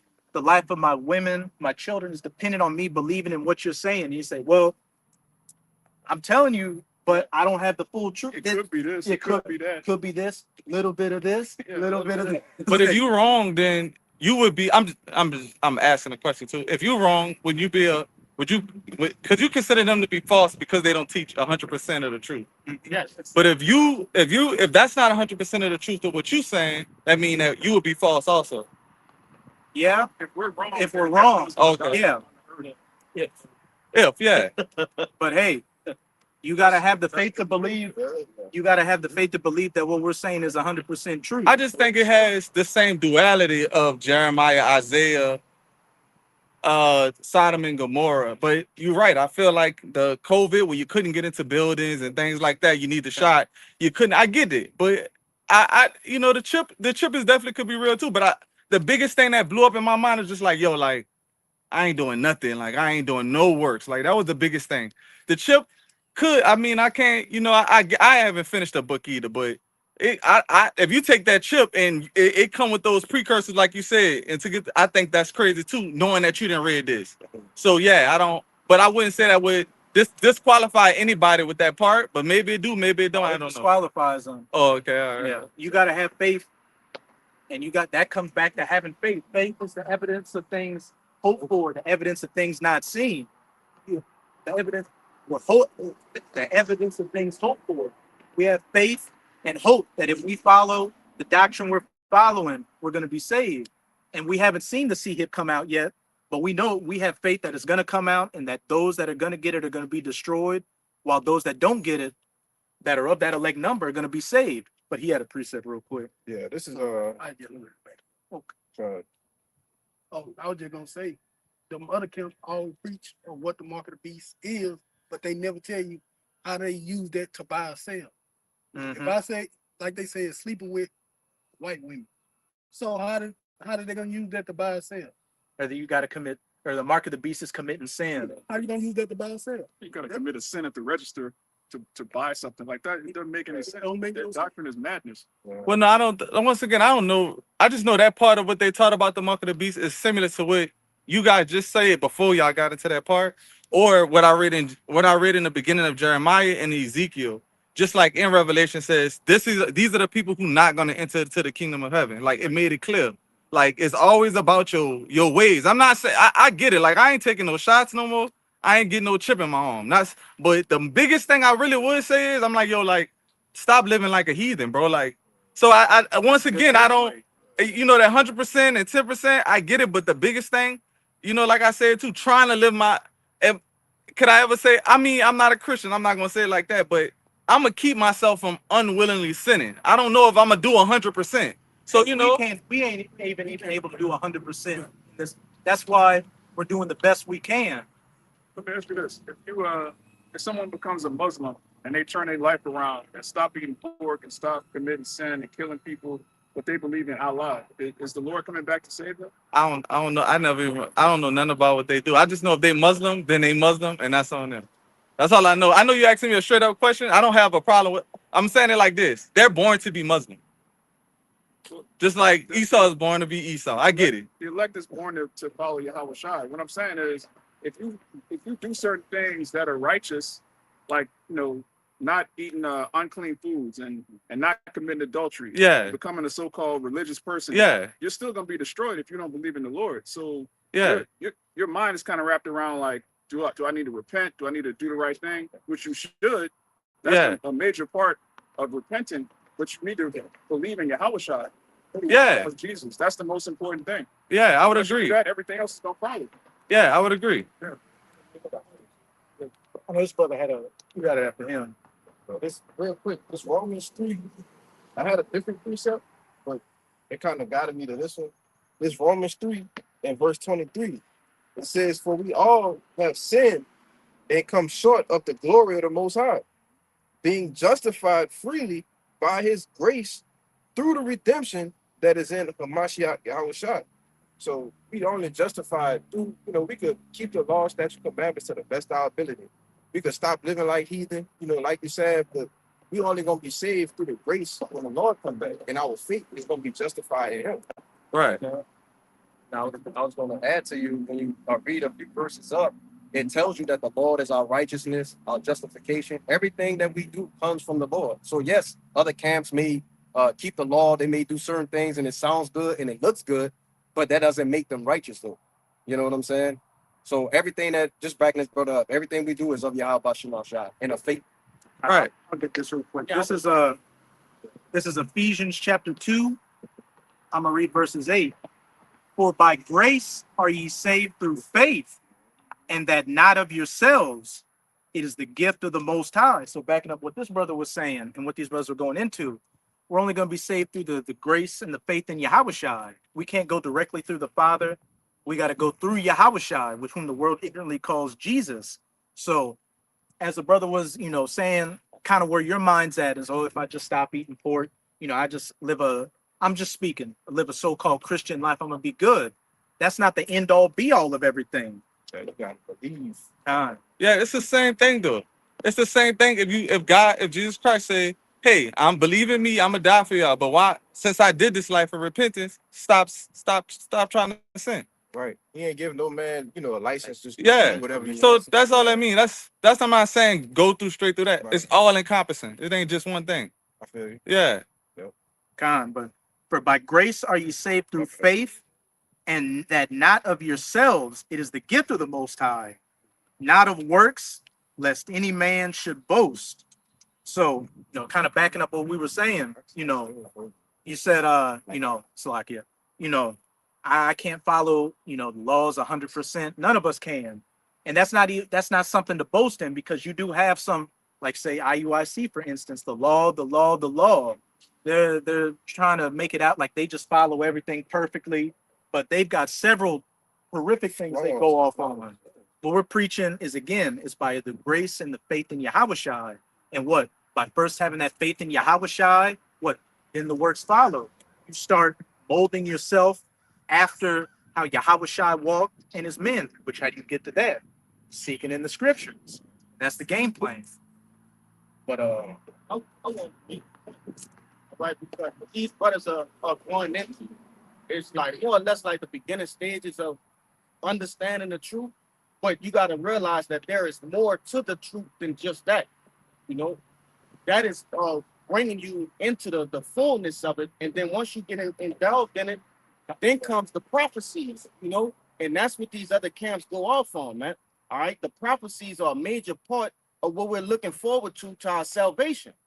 Hence what the brother was going into with the mark of the beast. All right.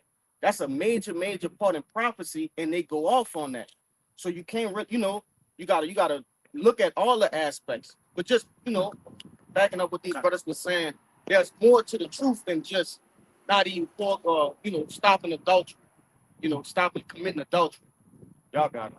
Yeah. If I could add to it, what this brother saying, because listen, bro, we always right where you at. The same That's questions, like the exact same questions you asking us, we ask the same thing. That's right. But we just constantly, this brother, we was told like, hey, just go do some research, look at some things, watch some, lessons, watch the apostles, filter it through the scriptures and see what you come back with. And some brothers, it took longer than others. Yeah. With them same questions, and we came back, brother, and everything so far has, checked out, brother. We had those exact same questions. I stood in your exact same shoes. So, through faith, we kept pushing and finding, and the Lord had revealed to us more and more. And it's gonna continue on if you be consistent with it. Thank so you. you're in a good stead. I'd say, hey, consistently, come out every Saturday. You're contacting me, so I'm gonna keep you updated on everything. Yeah, I appreciate that. No problem. We'll probably just, I know we getting at about that time. Just get a last. Who's got some precepts? Con, I got one too. Con, get y'all. I guess we'll end off. You said you have one. Yeah, I'll end off with you too. This is the book of Sirach, chapter 24, verse 31. It says, I said, I will water my best garden and will water abundantly my garden bed. And lo, my brook became a river, and my river became a sea. Water is likened unto wisdom in the scriptures. It says this, I will yet make doctrine to shine as the morning, and will send forth her light afar off. I will yet pour out doctrine as prophecy, and leave it to all ages forever. And I brought that out because the doctrine is not just to keep the law, statutes, and commandments, which is what most of these other camps teach. All right, the doctrine is actually prophecy. All right, Yahushua said, I come in the spirit. The testimony of Yahushua is the spirit of prophecy. So if you read from Genesis to Deuteronomy and you try to keep every law, but you don't believe in the prophecies, you're not of the Lord. That's right. All right, you might live a so-called righteous life in your own sight, but in the eyes of the Lord, you don't believe in his son. So you're still a heathen. Even though you don't eat pork anymore, you don't commit adultery anymore, you don't believe in, it's actually a commandment in the book of Deuteronomy to believe in the Lord. So if you're trying to keep every commandment, but you don't believe in the Lord, you're still breaking the chief commandments. So, right. But the ones y'all mentioned, they believe in the Christ. No, they don't. I see you as a I in Christ. Jesus Christ. They His name believe in is- Jesus Christ. They believe in the Christian. They believe in black Jesus. Yeah. That's what they believe in. They don't believe in Yahushua. Jesus is not the same person. We're not preaching the same person as they're preaching. Yeah. We're preaching. You who he teaching truly Matthew, is. Mark, Luke, and John? Yeah. Y'all They teaching? read out of the same book, but they don't say his name. Yeah, if I could, because he kind of lost him right there. What we saying is with behind the name Jesus, it comes with a certain stigma. Yeah. Like you It's could a look, whole nother doctrine. it's a whole nother doctrine. Because when you look up in your phone, pull your phone out, bro. Look up Jesus Christ in your phone. So-called white man gonna pop up, which we Yeah. call him, Caesar Bush. Yeah. Yeah. And when you look at, you can search in Google Yahushua, the biblical image, you know, was supposed to be the biblical image of Yahweh Shai. Real quick, it's not even about the image though. It's about their characteristics. They're teaching a whole different Messiah. Right. The name of their camp is Israel United in Christ. The Lord's mission statement is to separate the elect from Israel. The Lord is not coming back to gather Israel in Christ. That's nowhere in the Bible. I just took it as more so as They preaching Because- this version of it. well, I mean, no, I mean I just took it just more the context of okay, Christ, who was he? He died for our sins for us to be able, huh? Who sins? I said our sins. Who's ours? The people on this billboard. No, there's a remnant of these people. We're If all we wanna, if we want to, if you this tribe, or I would say if you understand that he died for you to give back as a sacrifice. Yeah. That goes over your sins, and you say he, like he said in the scriptures, believe on me like I had said. Go out and feed the homeless. Do X, Y, and Z. Go Never up. said feed the homeless. He said feed. He said my sheep. no. He said the people that's sick and in prison. Visit the people that's sick and in prison. And he said when you saw me, you gave me nothing to eat, or you gave me no food. John came talking about. He wasn't talking about. He was talking about his brothers. No, I'm not. Whether I understand that though, but once again, if I see a black person or my quote unquote brother or a homeless person, I'm gonna give him some food. But that's That's not going to do anything. But whether it do nothing or not, that's what he said. He That's didn't say that. He wasn't talking about literally going out and John- feeding the poor. He's When- talking about feeding with the word, doing what we're doing right now, No. preaching this word. no. John said just to piggyback. Right, my bad. I'm not cooking y'all because this is just right here. They said John came in the forest teaching repentance, and he said, "What should we do?"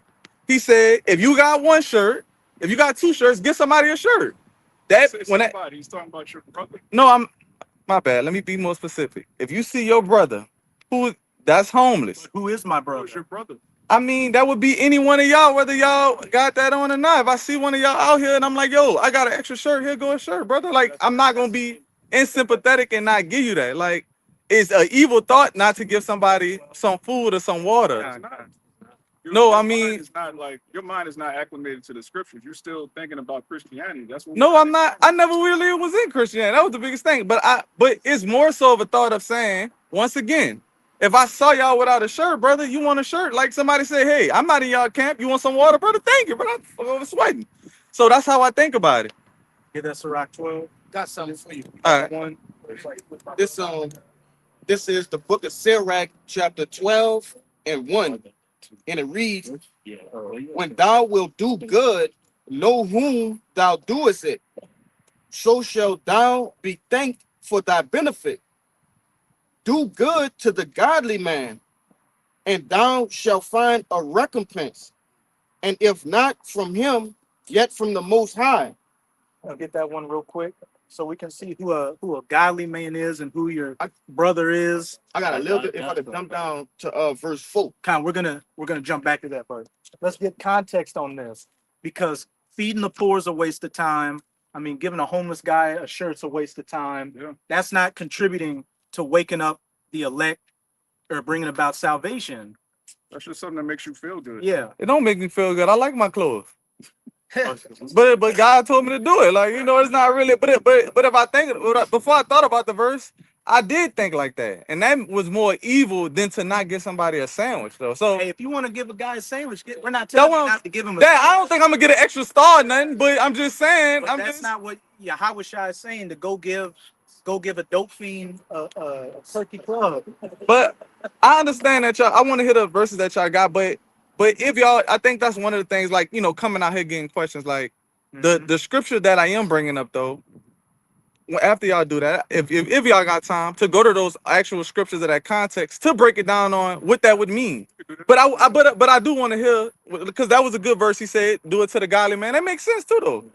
But if I just met you, I don't know what I'm supposed to ask you your background. So when I was in my heathen ways, I got a bunch of help. I felt like that helped me get back to some type of God. You know what? Let me do something. You know, not even to feel good, but to say, man, let me, you know, that reminds me, you know, let me do good. So it's not so much about me. And where did it bring you? It eventually brought you here. Yeah. So I'm saying, but at that time I wasn't a quote unquote, I wouldn't call myself a godly person when them people helped me. You know what I'm We're saying? reading that second Ezra 9. Those that have received benefits. They have those that have not known me, but then they have those that have known me. Received those benefits, as you were saying. It made you get in the mindset of, hey, there is a God. I might want to start being godly. And then through all these different scenarios, you're eventually here. Right. You brought before the truth.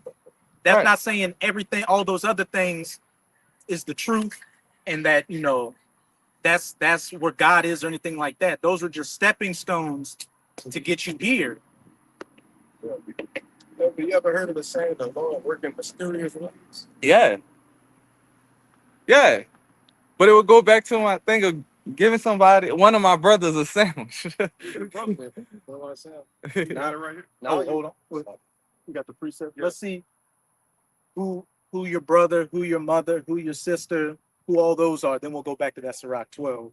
This is the gospel according to St. Matthew chapter 12, verse 46. While he yet talked to the people, that he is talking about Yahushua, while he yet talked to the people, behold, his mother and his brethren stood without, desiring to speak with him. Now, I know you love your mother. Yeah. I love my mother. You got a brother? Yeah. You love him? Yeah. I'm sure everybody up here, they got a brother that they love, a blood brother Yeah. that they love. Yeah. Then one said unto him, behold, thy mother and thy brethren stand without, desiring to speak with thee. So Yahushua's blood, his mother and his blood brother were there to see him. Yeah. It says, but he answered and said unto them that told him, who is my mother and who are my brethren? Mm-hmm. And he stretched forth his hand towards his disciples Yeah. and said, behold, my mother and my brethren. Yeah. For whosoever shall do the will of my Father It's which my is mother. in heaven, Mm-hmm. the same is my brother and sister and mother. Yeah. But that don't mean that I'm not, quote unquote, I'm not with y'all. That don't mean I'm not y'all brother. No. So case in point, the same thing, this word brother in that context, he's saying that y'all all brothers. Make sure y'all all strengthen each other as y'all go, which I see y'all do. Somebody came and ran up on y'all ass. Hey man, get out the way. But it was another one in that same chapter where three guys walked in. That's the neighbor. That was the one with the neighbor. He said, who is my neighbor? In that same way, help out. If you go to not Ezekiel, in the beginning, he says, I'm gonna raise among your brethren, a prophet. That's another word for, so the word brethren in that is just in different contexts. So in that context, he's saying, yo, we the ones who doing, but that doesn't mean, huh? Your neighbor also means another Israelite. Yeah, I'm not. Yeah. So once again, whether I don't believe like y'all do, I'm still would be considered y'all brother. Not in the way that y'all brothers though. Not like y'all and we not brothers like oh y'all got my own siblings. Yeah, in hopes of us to convert you, into being, tightly knit with the body. Yeah. I'm saying that's the hopes or the end goal that will be for you. Yeah. To continue for you to keep coming, continue. And then as you keep coming, brother, you're gonna get to know us. Yeah. You're gonna be in tightly fitting with the body. You know what I'm saying?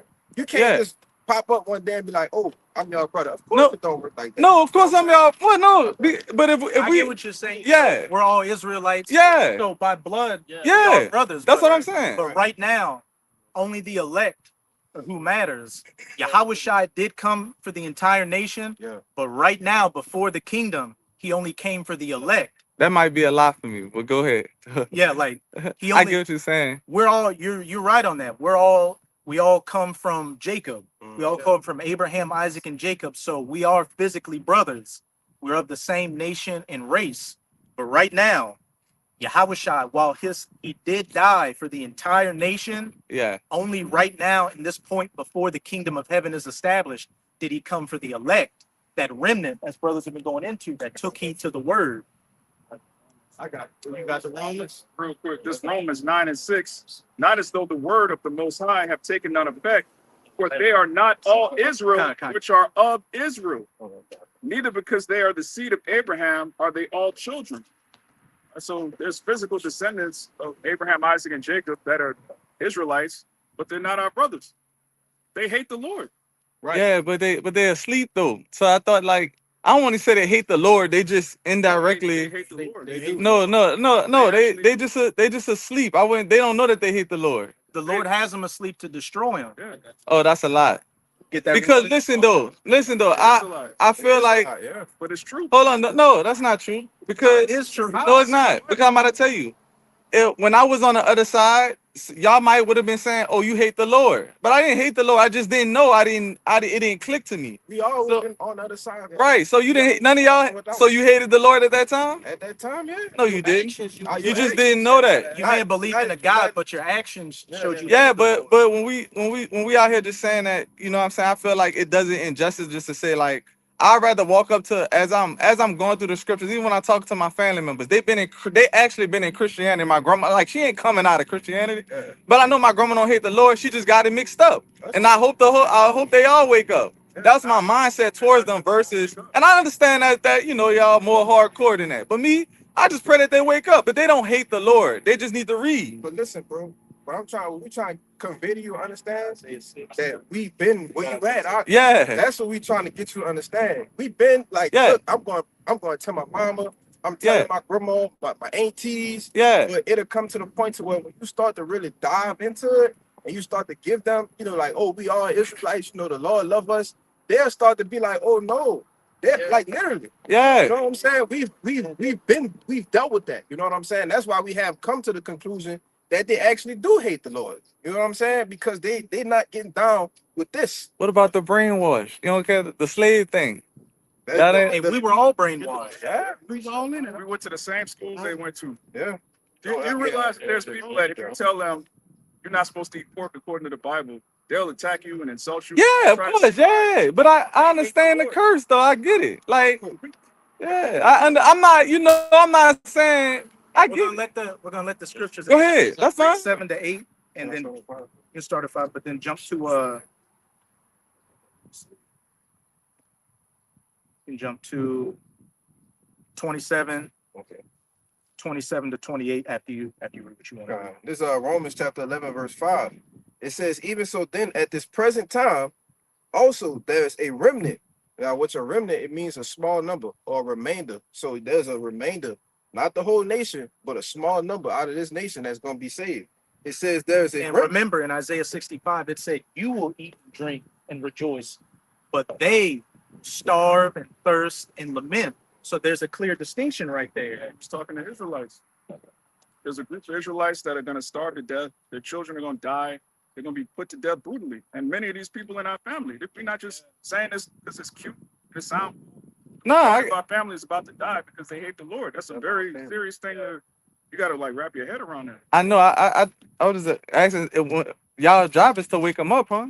Our job is to wake up the elect. The Lord, the Oh, Lord is actually in Okay. charge of who's going to wake up. gotcha. Romans 11 and verse 5, it says, even so then at this present time, also there's a remnant according to the election of grace. And if by grace, then it's no more of works. Back to that Otherwise, Ephesians. Mhm. It is not by your works, but it is by grace and faith by which you are saved. Going into what? Faith in Yahushua and his grace. His sacrifice is what gave us this grace to come back to the Father. it says, but if it be of works, then it is no more grace. Otherwise, work is no more work. What then?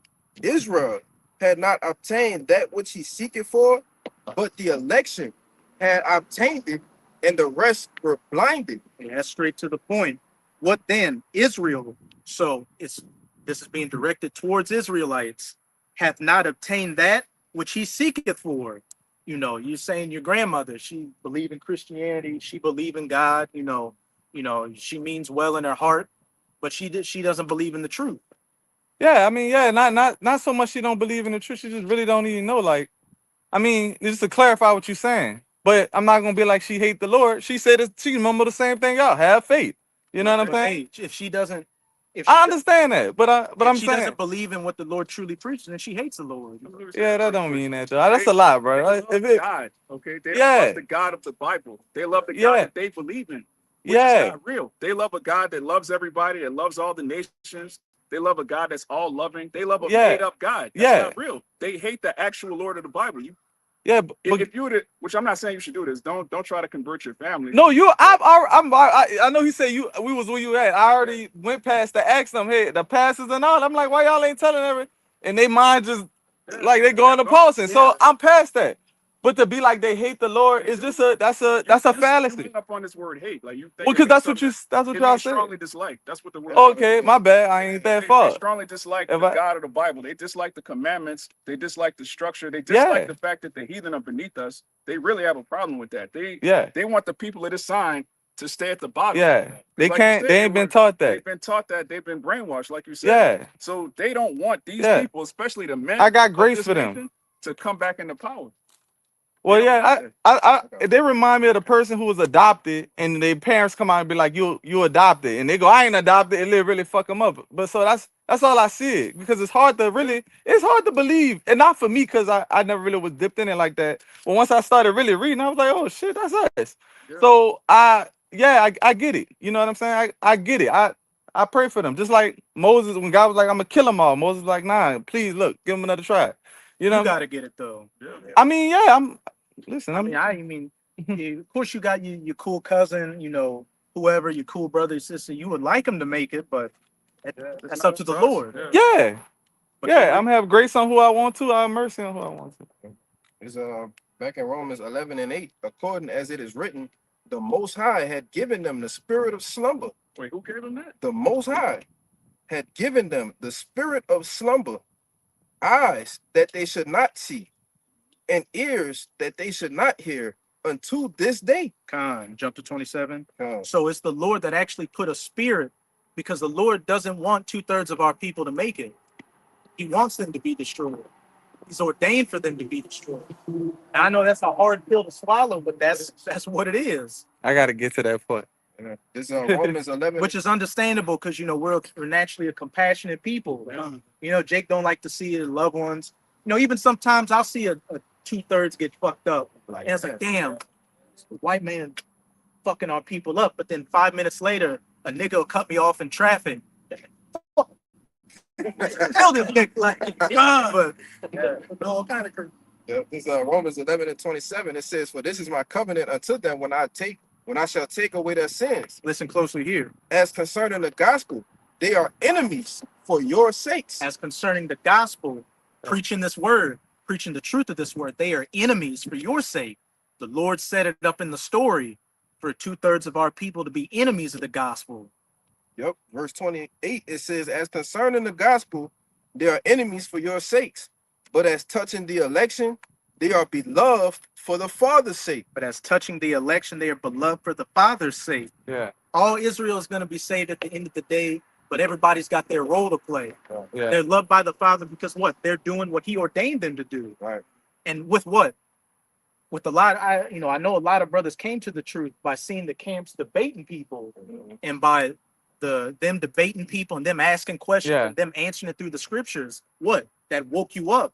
You said, "Oh shit, That's in the Bible. that's in the Bible. That makes sense." Yeah. So for the election's sake, they're loved of the Father because what? They're being used to help wake up the elect. I got something in red letters for them. God. This might help you. Wait, you don't. And real quick, just sorry. They're not supposed to be debating.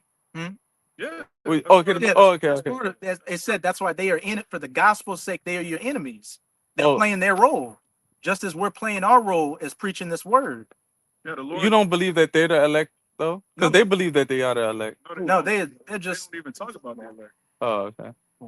But this is in red letters. This is Okay. this will help you. Lord willing, this will help you understand. This is St. Matthew chapter 13 and 9. This is in red letters, which you know what red letters mean, right? Yeah, the letters are red. Jesus Christ talk. Okay. Jesus talk. Okay, you could call him that for now. It says, "Who have ears to hear, let him hear." All right, that's what he said. Who have ears to hear, let him hear. Not everybody has ears to hear. We all have ears, but not all of us have ears to hear.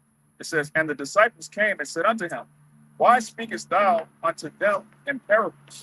So they're aware that the Lord spoke to crowds of people. He was speaking mysteries and riddles and parables. So they're asking him, why are you speaking parables to these people? Yeah. You're the Messiah. You're the Savior. Why don't you speak plainly to our people? He answered and said unto them, Because it is given unto you to know the mysteries of the kingdom of heaven, but to them it is not given.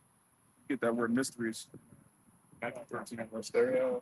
Mysterion. It says, "For whosoever hath, to him shall be given, and he shall have more abundance. But whosoever have not, from him shall be taken away, even that he have. Therefore speak I to them in parables, because they seeing not, because they seeing see not, and hearing they hear not, neither do they understand.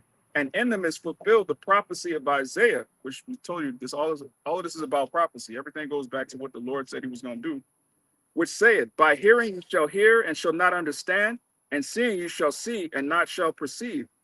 And it says, for this people's heart is waxed gross, and their ears are dull of hearing, and their eyes they have closed, lest at any time they should see with their eyes and hear with their ears, and should understand with their heart, and should be converted, and I should heal them. So he speaks in parables intentionally, because if he spoke plainly and everybody understood, he would have to heal everybody. I think he just all he's saying that when he said that, he's shaking his head before I even said anything. When no, I'm saying that's everything that you read is just a precept to what's in the Old Testament. So as I'm reading through it, when I first read that, I was like, I didn't understand it. Then when I read through the Bible, everything started clicking on what he's saying. So even though him and Paul is speaking in mysteries, they're only getting it from the prophets. When you read it through the Apocrypha, the Old Testament, even in some exhortations you may see, or some of y'all speak, you be like, oh, that's what matches up to what you just said. So even when y'all talking, it's not so much of a mystery if you're reading through the scriptures. It is a mystery because the majority of our people don't get it. No, I'm saying from the way I'm seeing You what gotta y'all look saying. at it like this: the fact that you're out here and are understanding more or less what we're saying, that's a good chance you could be at that elect number. We got plenty of people that come by. We could have the exact same conversation with them, and they're not going to get it. Yeah. That's what we're trying to get to you: is that there is an election that's going to get it, and then the Lord has blinded 2/3 of our people not to get it. Which he quoted that Isaiah 6. Let's bring that Isaiah 6 out real quick, because it mentioned it's going to save. Because Isaiah's going to ask, when are they going to see it? Yeah, you can start at 9. Okay, it's Isaiah 6 and verse 9. And he said, go and tell this people, hear ye indeed, but understand not, and see ye indeed, but perceive not. Cracking up what the brother brought out in Matthew 13. To them I speak in parables, because it's not for them to receive it, but it's for you to receive it. I'm gonna make a quick point, because the Lord, he did that on purpose. It wasn't like, oh, I'm gonna just speak and no, he purposely did it so some people couldn't get it. You see what I'm saying? They hear like people, like the brother was saying, you'd be downtown, people walk by, they hear us prophesying, they hear what we talking about, but they won't understand what we're talking about because the Lord didn't open up their ears to understand. You see what I'm saying? Go ahead. Verse 10, it says, make the heart of this people fat, and make their ears heavy, and shut their eyes, lest they see with their eyes, and hear with their ears, and understand with their heart, and convert and be healed. As the brother said, the Lord, if he were to make it plain to everybody, for everybody to get it, he would heal everybody. But that's not the game plan. The game plan is only for the elect to make it, while 2/3 of our people are not to get it and to be judged and destroyed. Now, let me ask you this, because you say you've been reading Jeremiah, you've been reading, the prophets. Have you ever read a prophecy where the Lord is coming back to save all of Israel? No, it's only the remnant, the people who didn't bow down to Baal. Exactly. Yeah, that's answer. but no, but that's my whole point. When as I'm going through the scriptures, like me reading through Ezekiel, if I didn't read that before, it would just be a mystery. I'd be like, flying saucer, what are you talking about? The wheels is in the spirit. But then when I noticed I actually finished Jeremiah, I'm like, oh, he's just talking about the evil that's coming from the north. So everything is interconnected. It's not really so much a mystery. So like I'm looking at my kids, I'm looking at my pastor, and I'm asking them questions. And maybe the Lord didn't open up his ears, but my pastor, he's not my pastor, no, he never was my pastor, but he definitely didn't read. You know what I'm saying? He didn't know nothing about the storyline. He didn't know nothing about connecting the dots. He just didn't know the basics just of he didn't know nothing. Like, I'm like, bro, I thought, so he just going scripture to scripture to read. So I want to get back off your point. Is I think when I tell people about it and they ain't want to mess with it, it's cool. I don't think nobody told me. One day I was just like, I never read the Bible. Like, it just kept playing for like 3 years. Like, you never read, man, pick it up. Pick it up. The Lord wanted you to get it. That's what I'm trying to explain to you. It makes so much sense to you that you thinking, Well, the reason it don't make sense to them is because they haven't heard it broken down the right way. Yeah, Or they haven't been my mom. exposed to it. Yeah. Yeah, that's how we all thought the same. Oh, thing. okay. But the reason that you're getting it is because the Lord chose you to get it. Period. That's the only reason. It's not because this brother's so eloquent or I break this down, but the Lord wants you to get it. You don't want other people to get it. It really is that simple.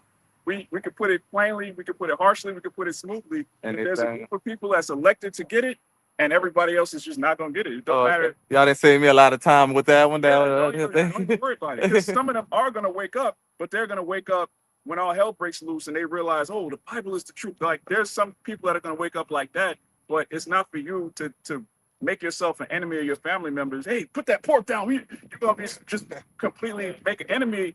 Like you're gonna be the crazy person in your family yeah. for no reason. Yeah, I'm already crazy. Yeah, the Lord, He's not calling you to do that. Just work on yourself. Yeah. Just stay low key. You know, I'm not gonna say your name on camera. I'm just E.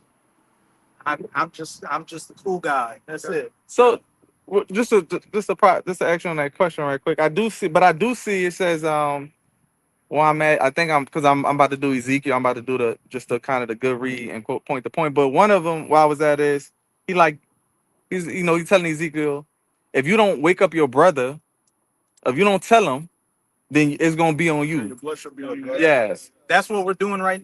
We were holding that earlier. And You got it. that's talking about to prophesy.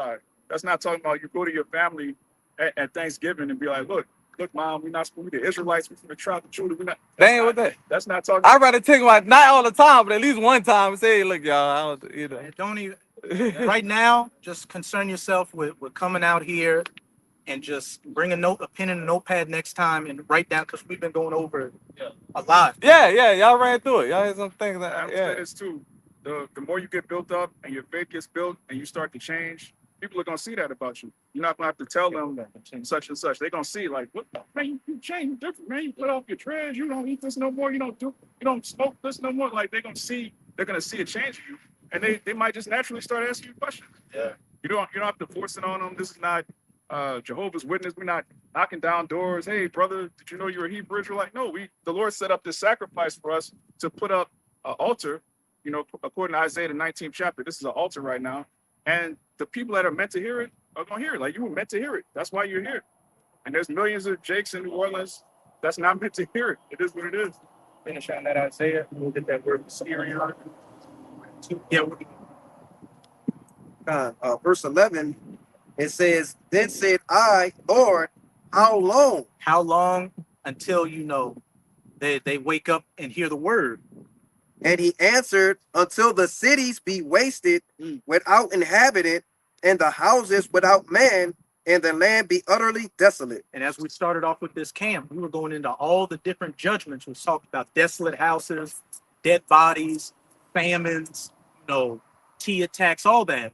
What Isaiah is being told is, hey, they're going to get woken up after death by pain, after they're destroyed, and then they come back in the kingdom in their right mind. But right now, we're only here to preach to the elect for them to get it. We can preach, we might just, in that Ezekiel 3, when he is saying, go and preach to the people. Yeah, that's what we're out here doing. We're in the chief places of concourse. Wisdom is crying without, but only the elect are going to get it. We're preaching to everybody. Well, we'll get that Ezekiel just to explain it. We're preaching to everybody, but not everybody's going to get it. Only the elect, that remnant, is going to get it. But as it's going to say in Ezekiel, by us going out and preaching this word, it's going to get the blood off of our hands. That's right. This is Ezekiel 3:17. Son of man, I have made thee a watchman unto the house of Israel. Therefore, hear the word at my mouth and give them warning from me. I may be a watchman, standing upon our watch, going out to the chief places of concourse, the highways, the byways, the hedges. And then, we're live streaming so people from the comfort of their home can hear the word. And if it's, you got people that'll hear it and be like, oh, that's bullshit. Then you have some that'll see it. And then they'll put in the comment boards, hey, I live in New Orleans or whatever. Where are y'all at? I want to inquire more. Keep going. Verse 18.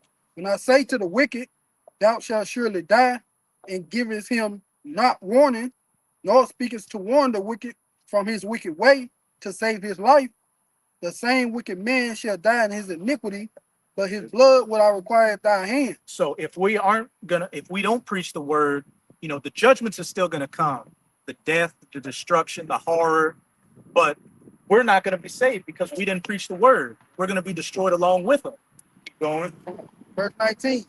Yet if thou warn the wicked, and he turn not from his wickedness, nor from his wicked way, he shall die in his iniquity, but thou hast delivered thy soul. We'll stop right there. That's the key point right there. Yet if thou warn the wicked, and he turned not from his wickedness, showing that what? Not everybody that hears the word is going to get it. Some are going to hear the word and get it and, repent.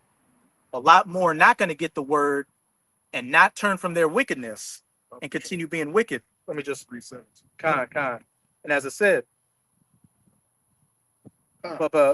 yet if thou warn the wicked and he turn not from his wickedness, nor from his wicked ways, he shall die in his iniquity, but thou hast delivered thy soul. So even if they don't get the word, as long as we stood upon our watch preaching the word, their blood is off our hands. But the key point is, not everybody's going to get it. Because as we've been going into, there's an elect, there's a remnant who the Lord ordained to get the word. But for the majority of our people, the Lord has made them spiritually blind to it. You go into it saying like they may not get it. Mhm. You go into it like say you're not just talking to people like on Saturdays. You probably all throughout your week talking to people. Fuck no. Oh no. I So don't tell anybody anything. This is So- me coming upon the watch to preach this word. Now the brother did make an example. The more you grow in the truth, I say this, further down the line, not tomorrow, not next week, not even next month.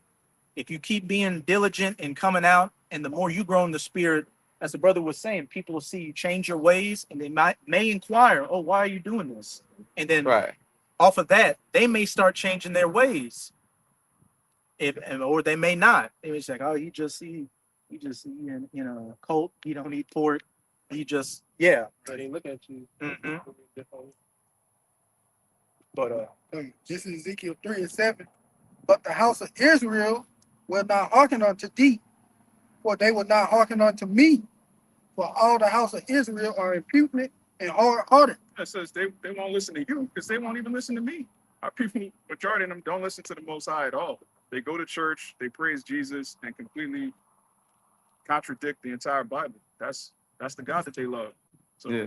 when we say they hate the Lord, they hate the structure and discipline that comes with following the actual Bible, not some greasy pastor getting up, giving a speech, putting on a show, playing a musical performance. They love the theatrics surrounding Christianity, but the actual Lord, they're not with it.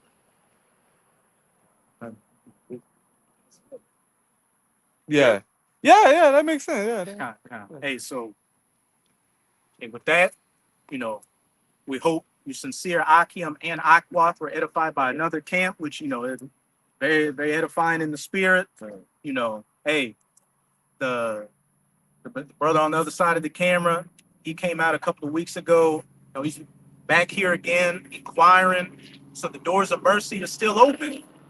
So to those that are on the comment section, if you're understanding this word, hey, you better start making some moves, because as we started off with the camp, Yahweh Bahashem Yahweh Shai is about to come with great death and destruction.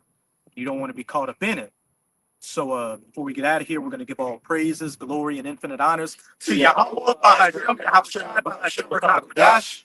Double honors to the apostles and elders of Great Millstone who rule and teach well, and peace and salutations to you sincere Akim out there, pushing this word in truth and sincerity to the four corners of the globe. May you brothers endure until the end. Abba Baba, Abba Baba, Abba Baba, Abba Baba, Abba Baba, Kwam Yasharala, Shalom. That's my brother. Please, Israelite, say.